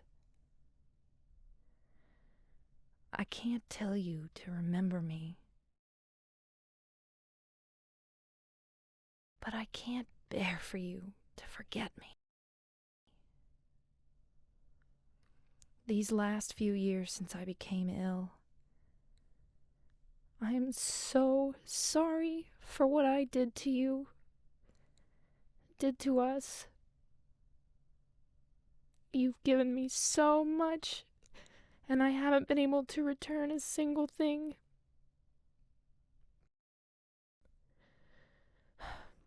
That's why I want you to live for yourself now. Do what's best for you, James.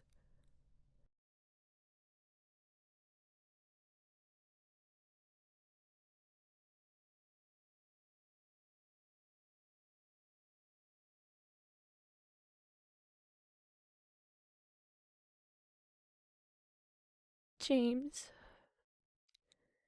you made me happy.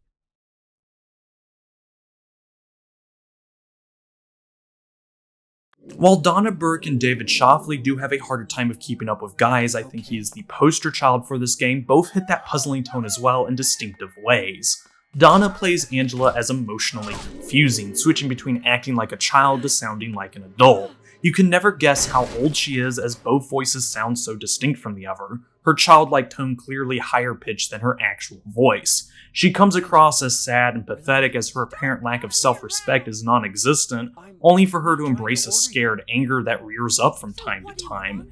Angela is so unsure of herself that she doesn't know what to believe, pinballing between apathetic depression and violent fear. Barely being touched by James sends her into a right tizzy, encapsulating how much pressure the 19-year-old is under. You don't have to lie. Go ahead and say it. Or you could just force me. Beat me up like you always did. You only care about yourself anyway. You disgusting pig.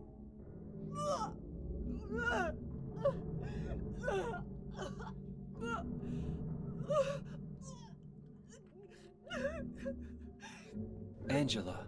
Don't touch me! You make me sick.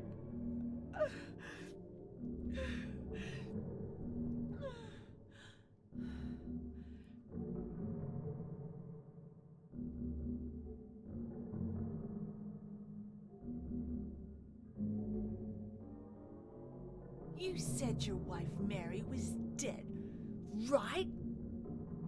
Yes. She was ill. Liar! I know about you. You didn't want her around anymore. You probably found someone else.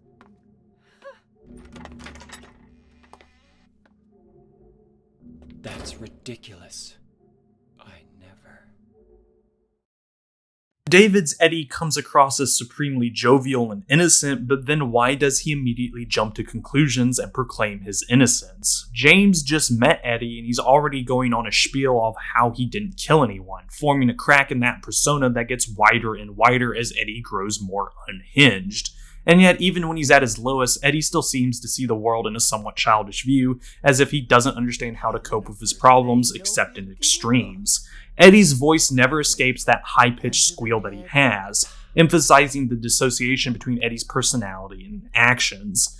Even the likes of Jacqueline Breckenridge's Laura adds to the mysterious feeling of the game, as though she's the only normal one out of the bunch. Her seeming normality creates a ripple that feels out of place within Silent Hill.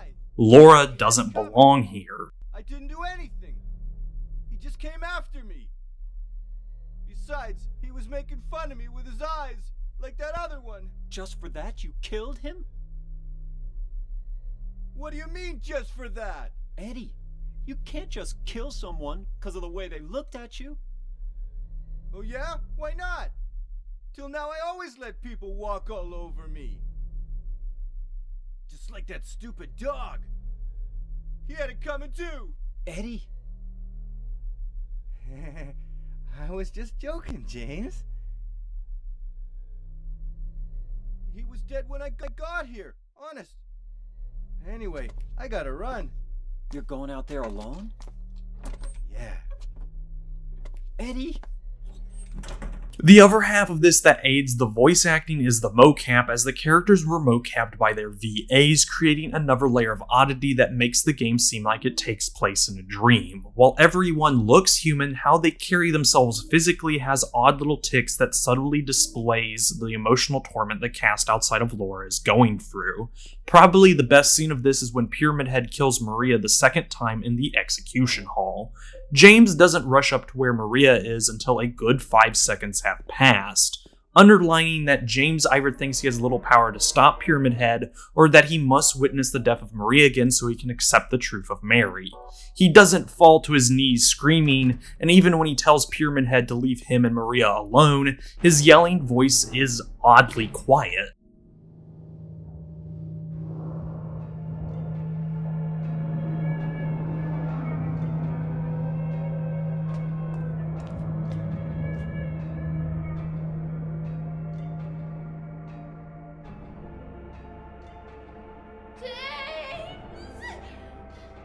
Stop!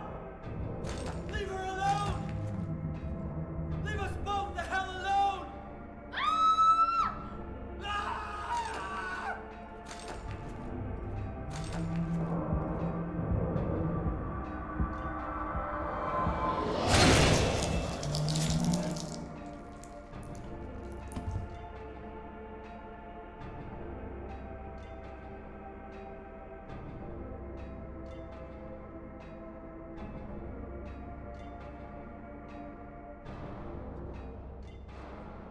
I was weak. That's why I needed you. Needed someone to punish me for my sins. But that's all over now. I know the truth. Now it's time to end this. James's slumping to his knees also doesn't read like he's overcome with sadness. I view that it lines up more with defeatedness, that James has to accept that he can no longer run away and must face his guilt head on 2-1. The scene after he watches the videotape has the same energy, a bittersweet revelation that James knew from the start but refused to accept. Laura's anger at the following lacks any bite either. She's entirely confused as to why James killed Mary as a child would be, lampshading how odd James's lack of overt sadness is. There are so many shots both in cutscenes and in-game that are perfectly framed that silently tell the story. My favorite two out of all of these is the very first shot of James grabbing at his face in the bathroom and when you find the flashlight. From the utter lack of emotion on James's face to the self-stare down coupled with James's reassurance of whether he's in reality or not, the bathroom scene is iconic for its multi-layered meanings. Is James readying himself to drive into Toluca Lake, or is he unsure of the events that have transpired? Is the reflection only that, or is it a silent judge that displays how far James has fallen? There is so much to draw from for such a short scene, and mirror that when you find the flashlight, it is on a dress stand wearing Mary's clothing. Not only that, the light is on and facing outwards, right at James as if in non-verbal accusation. The light is a means to reveal the truth, and it's bearing right down at James. What does he have to hide, as typically a light shining onto someone means to put them on the spot, to make them open up.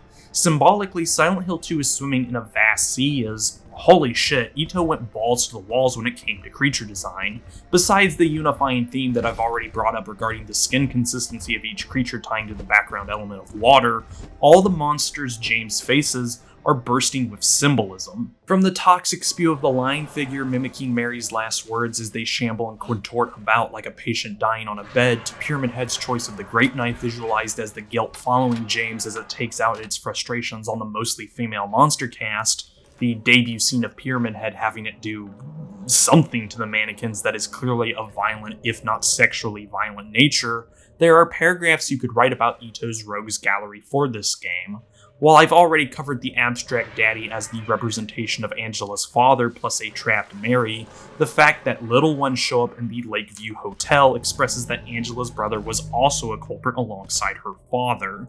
While the metaphors can be quite unsubtle at times, the mannequins only having legs depicts James' rather unflattering view of women, there is nothing wrong with being unsubtle. The room where you fight the first abstract daddy is a flesh-covered pit lined with holes that foreign objects are pushing in and out of. I think Pat of the Two Best Friends / Castle Super Beast said it best. And like these are like, I don't want to talk too much about it because it's so gross. Yeah. But the fact that they're metallic, that they're foreign objects, yeah, just like really like puts the point home. Yeah. But yeah, this game is harsh. Yeah, exactly.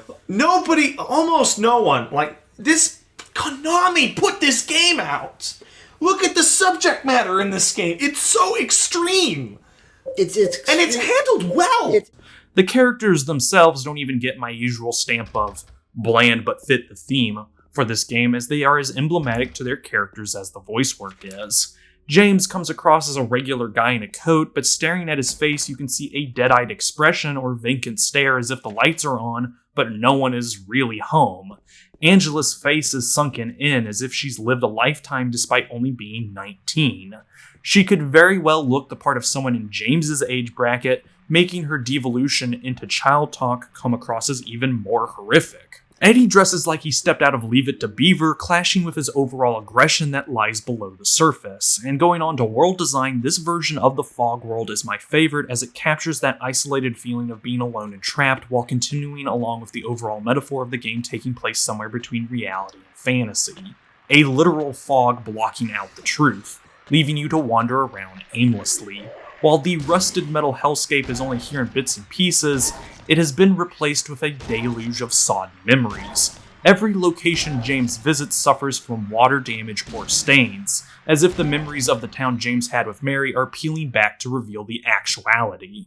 What was once happy times have been overrun with mold and are tainted by what has happened. This isn't even going into when water takes up space in locations like with Toluca Prison and Lakeview Hotel having James wade into knee-high water. The fire damage alongside the flood at the hotel is a nice cue that two Silent Hills are overlapping, James and Angela's. What ties all of this together is Akira Yamaoka's masterful soundscape. Music rarely plays except to underscore a scene, which it does phenomenally, leaving you with your thoughts in James's footsteps. Footsteps that always seem off, a clue to the player that the world isn't what it seems. That none of the characters do either. Multiple times throughout the game, you can hear odd sounds but never see the source of it, like the dog noises as you walk to the cemetery. Were those audio hallucinations or something more vicious lying in wait, attempting to enter the third floor of the hotel without the gate key will have Mary call out to James, but it's so brief that you can be mistaken for thinking it didn't happen. Silent Hill 2 takes its presentation to the nth degree that you could honestly make a whole entire video about the little nuances within it. Take the character animations, particularly when James is using the shotgun. He holds it in an extremely clumsy way, his offhand so close to the end of the barrel that I was damn near afraid he was going to shoot his hand. Just one tiny detail that tells a pivotal character detail in how James is untrained with firearms. As I still have the other tabs to get to, I'll leave you with this. Silent Hill 2 has the best video game presentation of all time.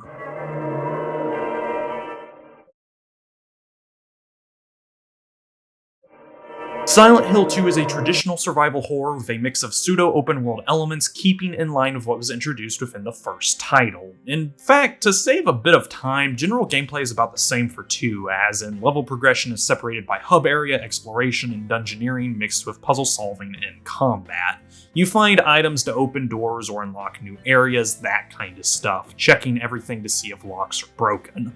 There's still multiple endings and boss fights, but I'll come back to the former as Silent Hill 2's system for selecting an ending is wholly unique to the game. There is also, of course, New Game Plus and the ranking system where new items get unlocked for later playthroughs for you to experiment with, like the Hyper Spray. There is also Born from a Wish, the sub-scenario for 2 where you play as Maria. So instead of repeating myself with what has already been covered in the last entry, the flashlight and radio work the same as well, I will get straight into some of the newer aspects for Silent Hill 2. First off is difficulty, as Silent Hill 2 has 2 sets of them, Action and Riddle. Action determines how hard enemies hit you and how much health they have. If you can recall from the Silent Hill video, this was the only difficulty select you got. And, well, many of the differences between easy, normal, and hard are the same as they were in Silent Hill 1 for Silent Hill 2. Not all, mind you, though, as a key aspect for the hard difficulty in the game is that enemies respawn more. They do this on all modes for Silent Hill 2, but the degree at which they come back on hard is higher than normal or easy. Speaking of, as this is tangential, killing monsters is still the same. When a creature takes enough damage, it falls to the floor, allowing you to kick them for a kill. Unlike in 1, repeated attacks have the possibility of not finishing off a monster like the kick, so while you can continue to bop a lion figure with the pipe or shoot a fallen bobblehead nurse, you might need a few more hits to neutralize them compared to a single kick. Swings and roundabouts, as sometimes it is safer to not kick depending on how many threats there are in a given room. Unless it's the lion figure. Kick those sons of bitches as soon as possible because they like to scuttle around on the floor when knocked down. Tangent over, riddle difficulty affects all the puzzles of the game, either making them easier or harder and changing the solutions. Because there's more to it than that, let me give an example. In Brookhaven Hospital, the code for the 3rd floor patient wing is written on the doctor's lounge whiteboard. On easy and normal riddle levels, the code is given to you, 7335. On hard and on the unlockable extra riddle difficulty, which you earn for beating the game once each on every riddle level, you are instead given a mathematical equation to solve that will give you the correct code. On top of this, a number of the puzzles within the game on all riddle difficulties use randomly generated solutions. The keypad puzzle in Toluca Prison will always have 2 or 3 numbers scratched off, but which ones are unique playthrough to playthrough. Even the riddle in question can change completely, as the Deadman puzzle I've been referencing beforehand has 4 variants. The text that provides you the answer changing based on what riddle level you selected. Easy gives you please someone save me, normal dead men, hard condemned man's diary, and extra death upon the head of the sinner. I would list out the actual text of each poem or writing, but they are quite lengthy, and this isn't even counting the inclusion of optional memos that show up in New Game Plus like the extra memos. Second off, combat has been slightly revamped for the game, specifically on the melee and movement front.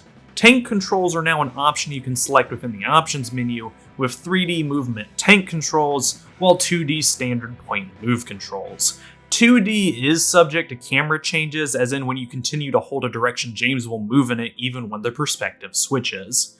Take running away from Pyramid as the example for this, as you'll probably end up running into walls like a dumbass, which can be detrimental depending on difficulty.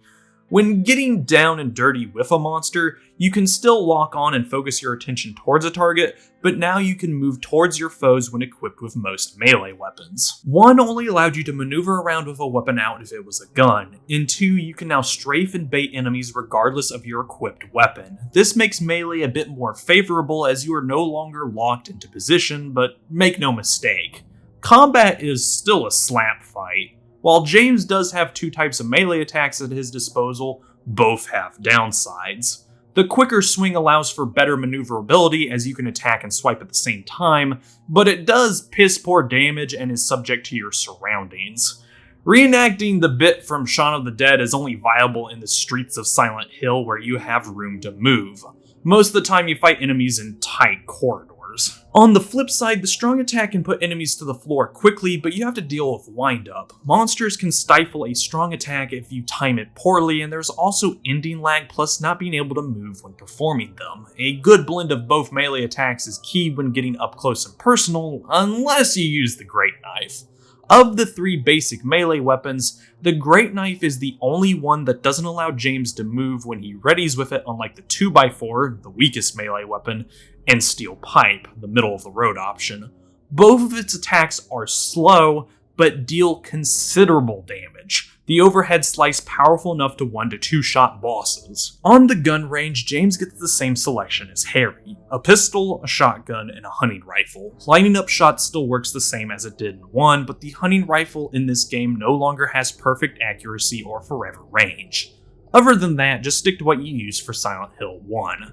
Count off shots so you don't get caught reloading, always reload from the pause menu, let enemies get close so you don't waste ammo, and always save ammo for the stronger guns for boss fights or tougher monsters. Health items are the same ones from 1, but healing in this game is connected to how Silent Hill 2 handles endings.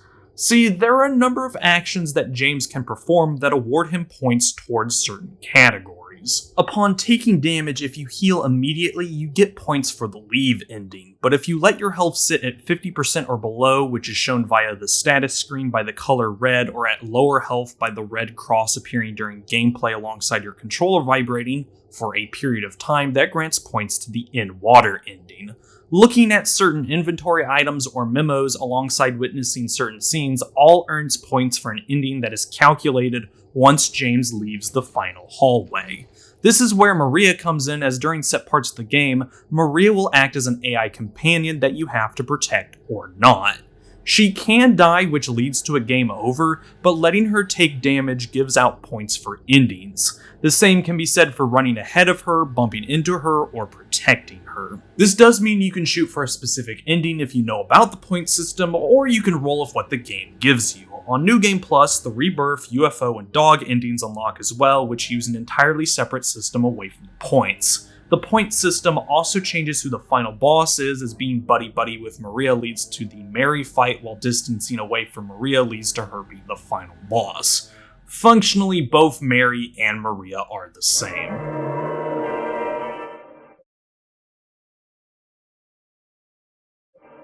Where to begin?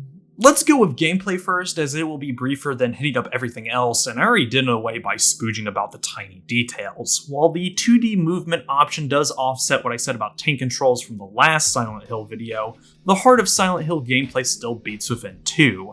Whether it was fighting a lying figure or one of the bosses, I still counted out shots to know how many I had left in the magazine, so that I wouldn't be hit during reloading, and my main approach for every enemy was caution. Whenever I engaged in melee, unless I was trying to be memey with the Great Knife against Eddie and Twin Pyramid Heads, I always sought out to circle around my opponent if I could and opted more to use the quick swings instead of the power attacks. Stun locking a monster, even if the individual hits didn't do a lot of damage, meant more to me than killing a monster as quickly as possible. While power attacks do have their place, particularly with the steel pipe, and tangent-wise all the weapons in the game are good on both the melee and ranged front, as Harry's knife pales in comparison to the 2x4, and its solid range and damage, the starting and ending lag is a detriment. One part I didn't mention in gameplay is that lag on moves prevents you from opening up the status menu. Readying up the Great Knife or shuffling back into place after an overhead swing locks you out of the menu, potentially allowing whatever you are fighting to score a killing blow if you aren't careful. Again, the ending system fits right into the combat, as if you want to get the in-water ending, you have to play fast and loose with your health, adding another bit of challenge to encounters as you have to ration out hits. Taking enough damage so you are below the amount needed for in-water while also avoiding any more attacks is an extra step that fleshes out combat even more. Healing means you can take more hits, but what if you don't want the leave ending? Can you survive another bash from a bobblehead nurse, or do you need to prioritize your own safety and nip off to jug a health drink or two? There is far more strategy involved with item management in this game compared to 1 and a lot of other survival horror games, as Silent Hill 2 records your choices. While not all of them matter, the fact that the mere act of healing after receiving damage sways your points to a specific ending gets you to question the gravity of what your actions might mean in the narrative. A perfect blending of storytelling and gameplay, as both are meant to supplement the other. As I haven't gone into any of the dungeons, let me do so now, as there isn't a single bad one in Silent Hill 2. This is mostly because they either have top tier design choices or have an awesome set piece that makes the dungeon itself. What can you say about the apartments other than it is your first time seeing Pyramid Head? That long hallway shot with no fanfare. Nothing is a great pre-introduction than just staring out at him from behind the safety of the bars, knowing that he's out and about and will bump into you.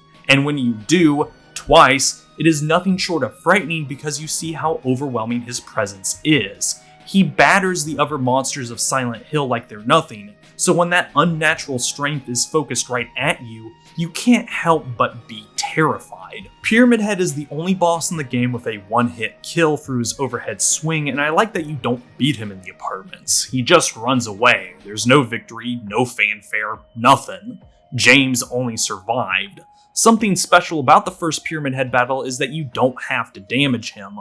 Waiting out the clock will see Pyramid leave on his own accord, as if he doesn't have time to be wasting with James. When he goes to leave through the flooded stairway, getting too close to Pyramid Head can cause him to attack, proving this point further that he's toying with James in this first encounter.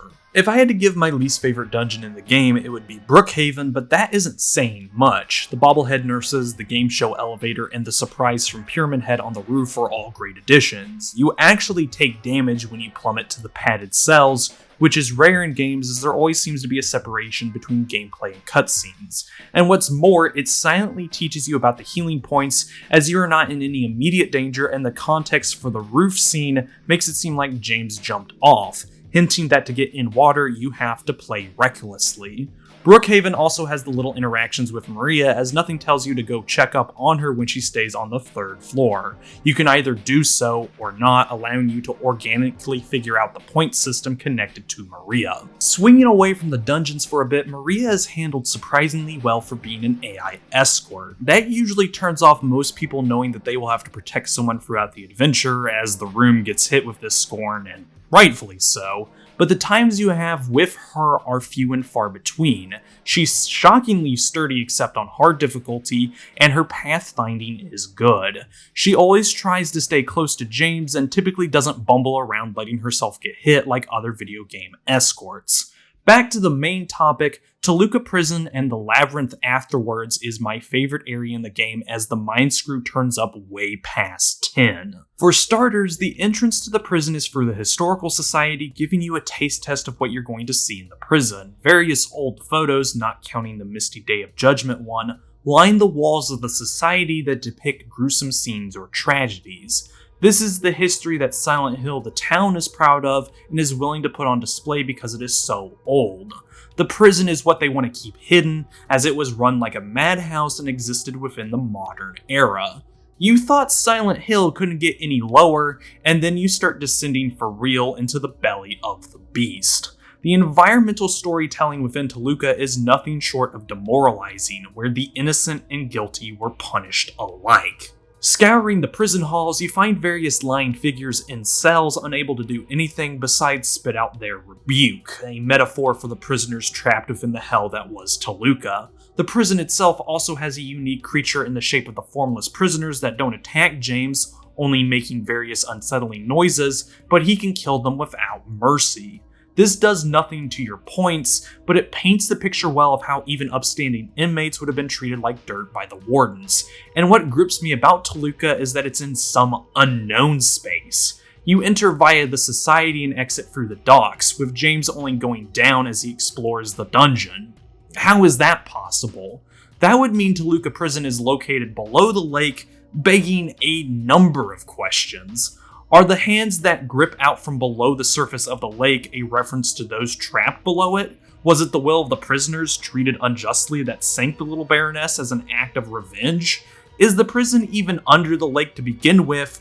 Or is James spiraling so hard that he slipped out of reality completely for a brief spell as he explored Toluca? Lines become so blurred during the extended prison stay that the inclusion of the labyrinth and graveyard really push the limits of what is real and what isn't. And what helps with this confusion is that there isn't any lamp shading. James doesn't question why a prison might be under the lake or why the labyrinth is an extension of it. James never calls attention to it in a baffling way that takes you out of the experience, allowing you to formulate your own ideas of what exactly is going on. Finally, at the end, you explore the Lakeview Hotel. While it isn't a long dungeon by any stretch, the emotional beats it presents tie the whole story together in an extremely satisfying way. The scene with Laura in the dining room where you find out that James's copy of Mary's letter is an illusion, the videotape seeing off Angela in her world, the duel against the two pyramid heads, one representing guilt over Mary, the other guilt over Eddie, the final hallway, all of it. The finale of Silent Hill 2 is so hard to describe with words as it does everything right, akin to the rest of the game. It is hard for me to go over any little piece of Silent Hill 2 without instantly going into, here's why I like this, as I've done this for most of the video. Even the other endings I didn't go into have their own charm, like the Maria ending representing that James didn't learn his lesson, and the cycle will only repeat, or the hilarious dog ending that needs to be seen to be believed. Silent Hill 2 is a once-in-a-lifetime game. Lightning in a bottle. Each part of it is meticulously thought out and has a purpose, whether in presentation, gameplay, or story. It is so earnest in its endeavors and not afraid of diving full on into hard topics that it covers thoughtfully. To me, while it isn't my favorite game ever, though it is in the top 5, it is the shining achievement of the medium.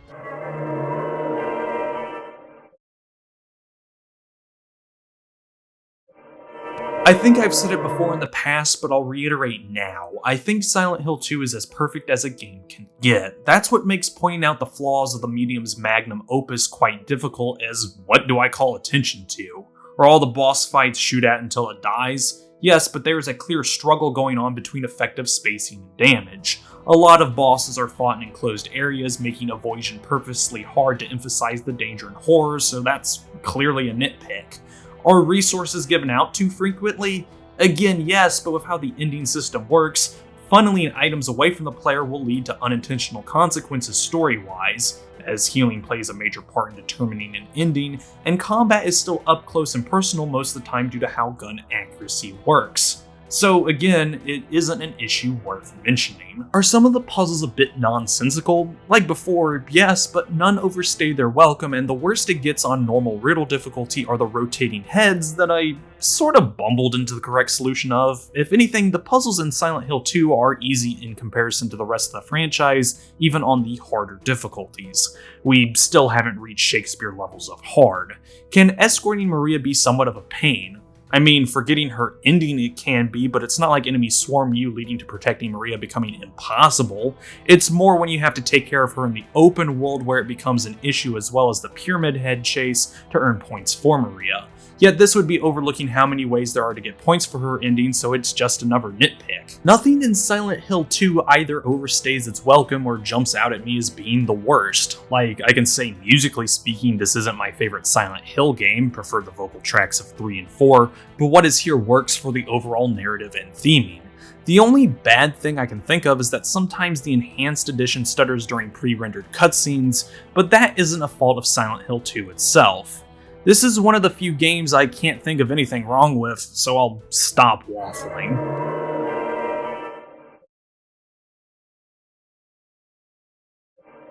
Silent Hill 2 is a game that a lot of others should strive to be. There is no understatement. It, to me, is the most important game of all time. It handles subject matter that many other games, books, and movies struggle to even approach, and it neither holds your hand nor sugarcoats it. Silent Hill 2 approaches the player like an adult freely capable of thinking for themselves, providing a wonderfully grim storyline filled to the brim of tiny details and character moments that can be widely interpreted to this very day.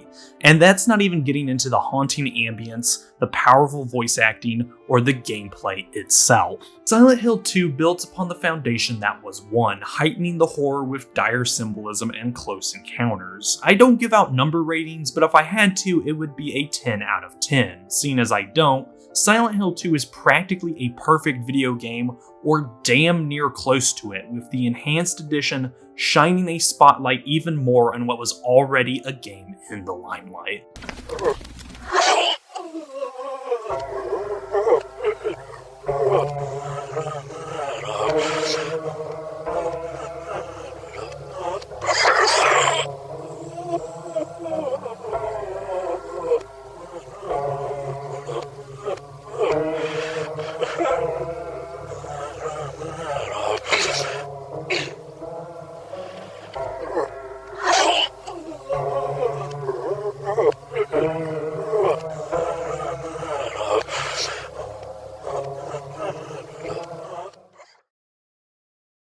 Well, that was a reveal, alright. A remake of 2 by Bloober Team, a new movie, and a new game written by the Higurashi guy. Again, I'll be honest, I don't have any hopes for a majority of what was announced besides Silent Hill F, as Higurashi and Umineko are expertly written.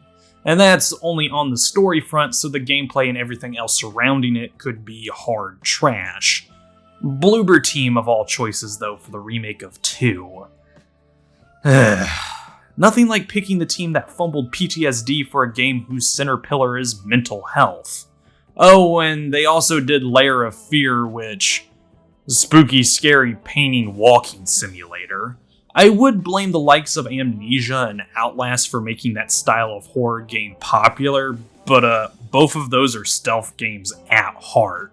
I may not enjoy that style of gameplay, but at least there is something compared to what came out of the Edith Finch crowd. I could also go into how seemingly pointless it is to remake Silent Hill 2 in what amounts to the same scope. This isn't even a remake or reimagine situation, as RE1 was suitable for the remake treatment, while Reimagine 2 and 3 are their own separate dealios that go far from the course of the originals. The Silent Hill 2 remake looks like it's going to be treading the same ground, which, unless the original version was a steaming hot plate of bad, or was in need of the treatment, there just isn't any point.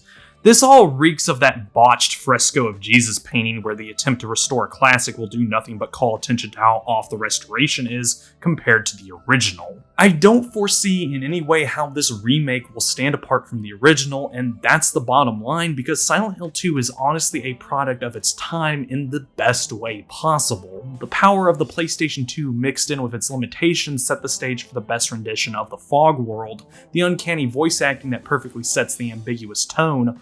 All of it is what makes this game as perfect as it is.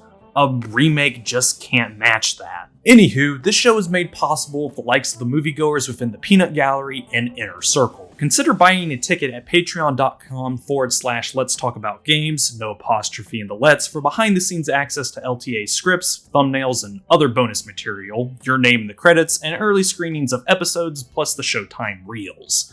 October's is mighty number 9, with this month's, November, as who says October is the only scary month, being Postal Redux. And as always, this showing of Silent Hill 2 is over, but stay tuned for our next feature involving drug dealing, a developer's second entry in the franchise, and a long-running manga.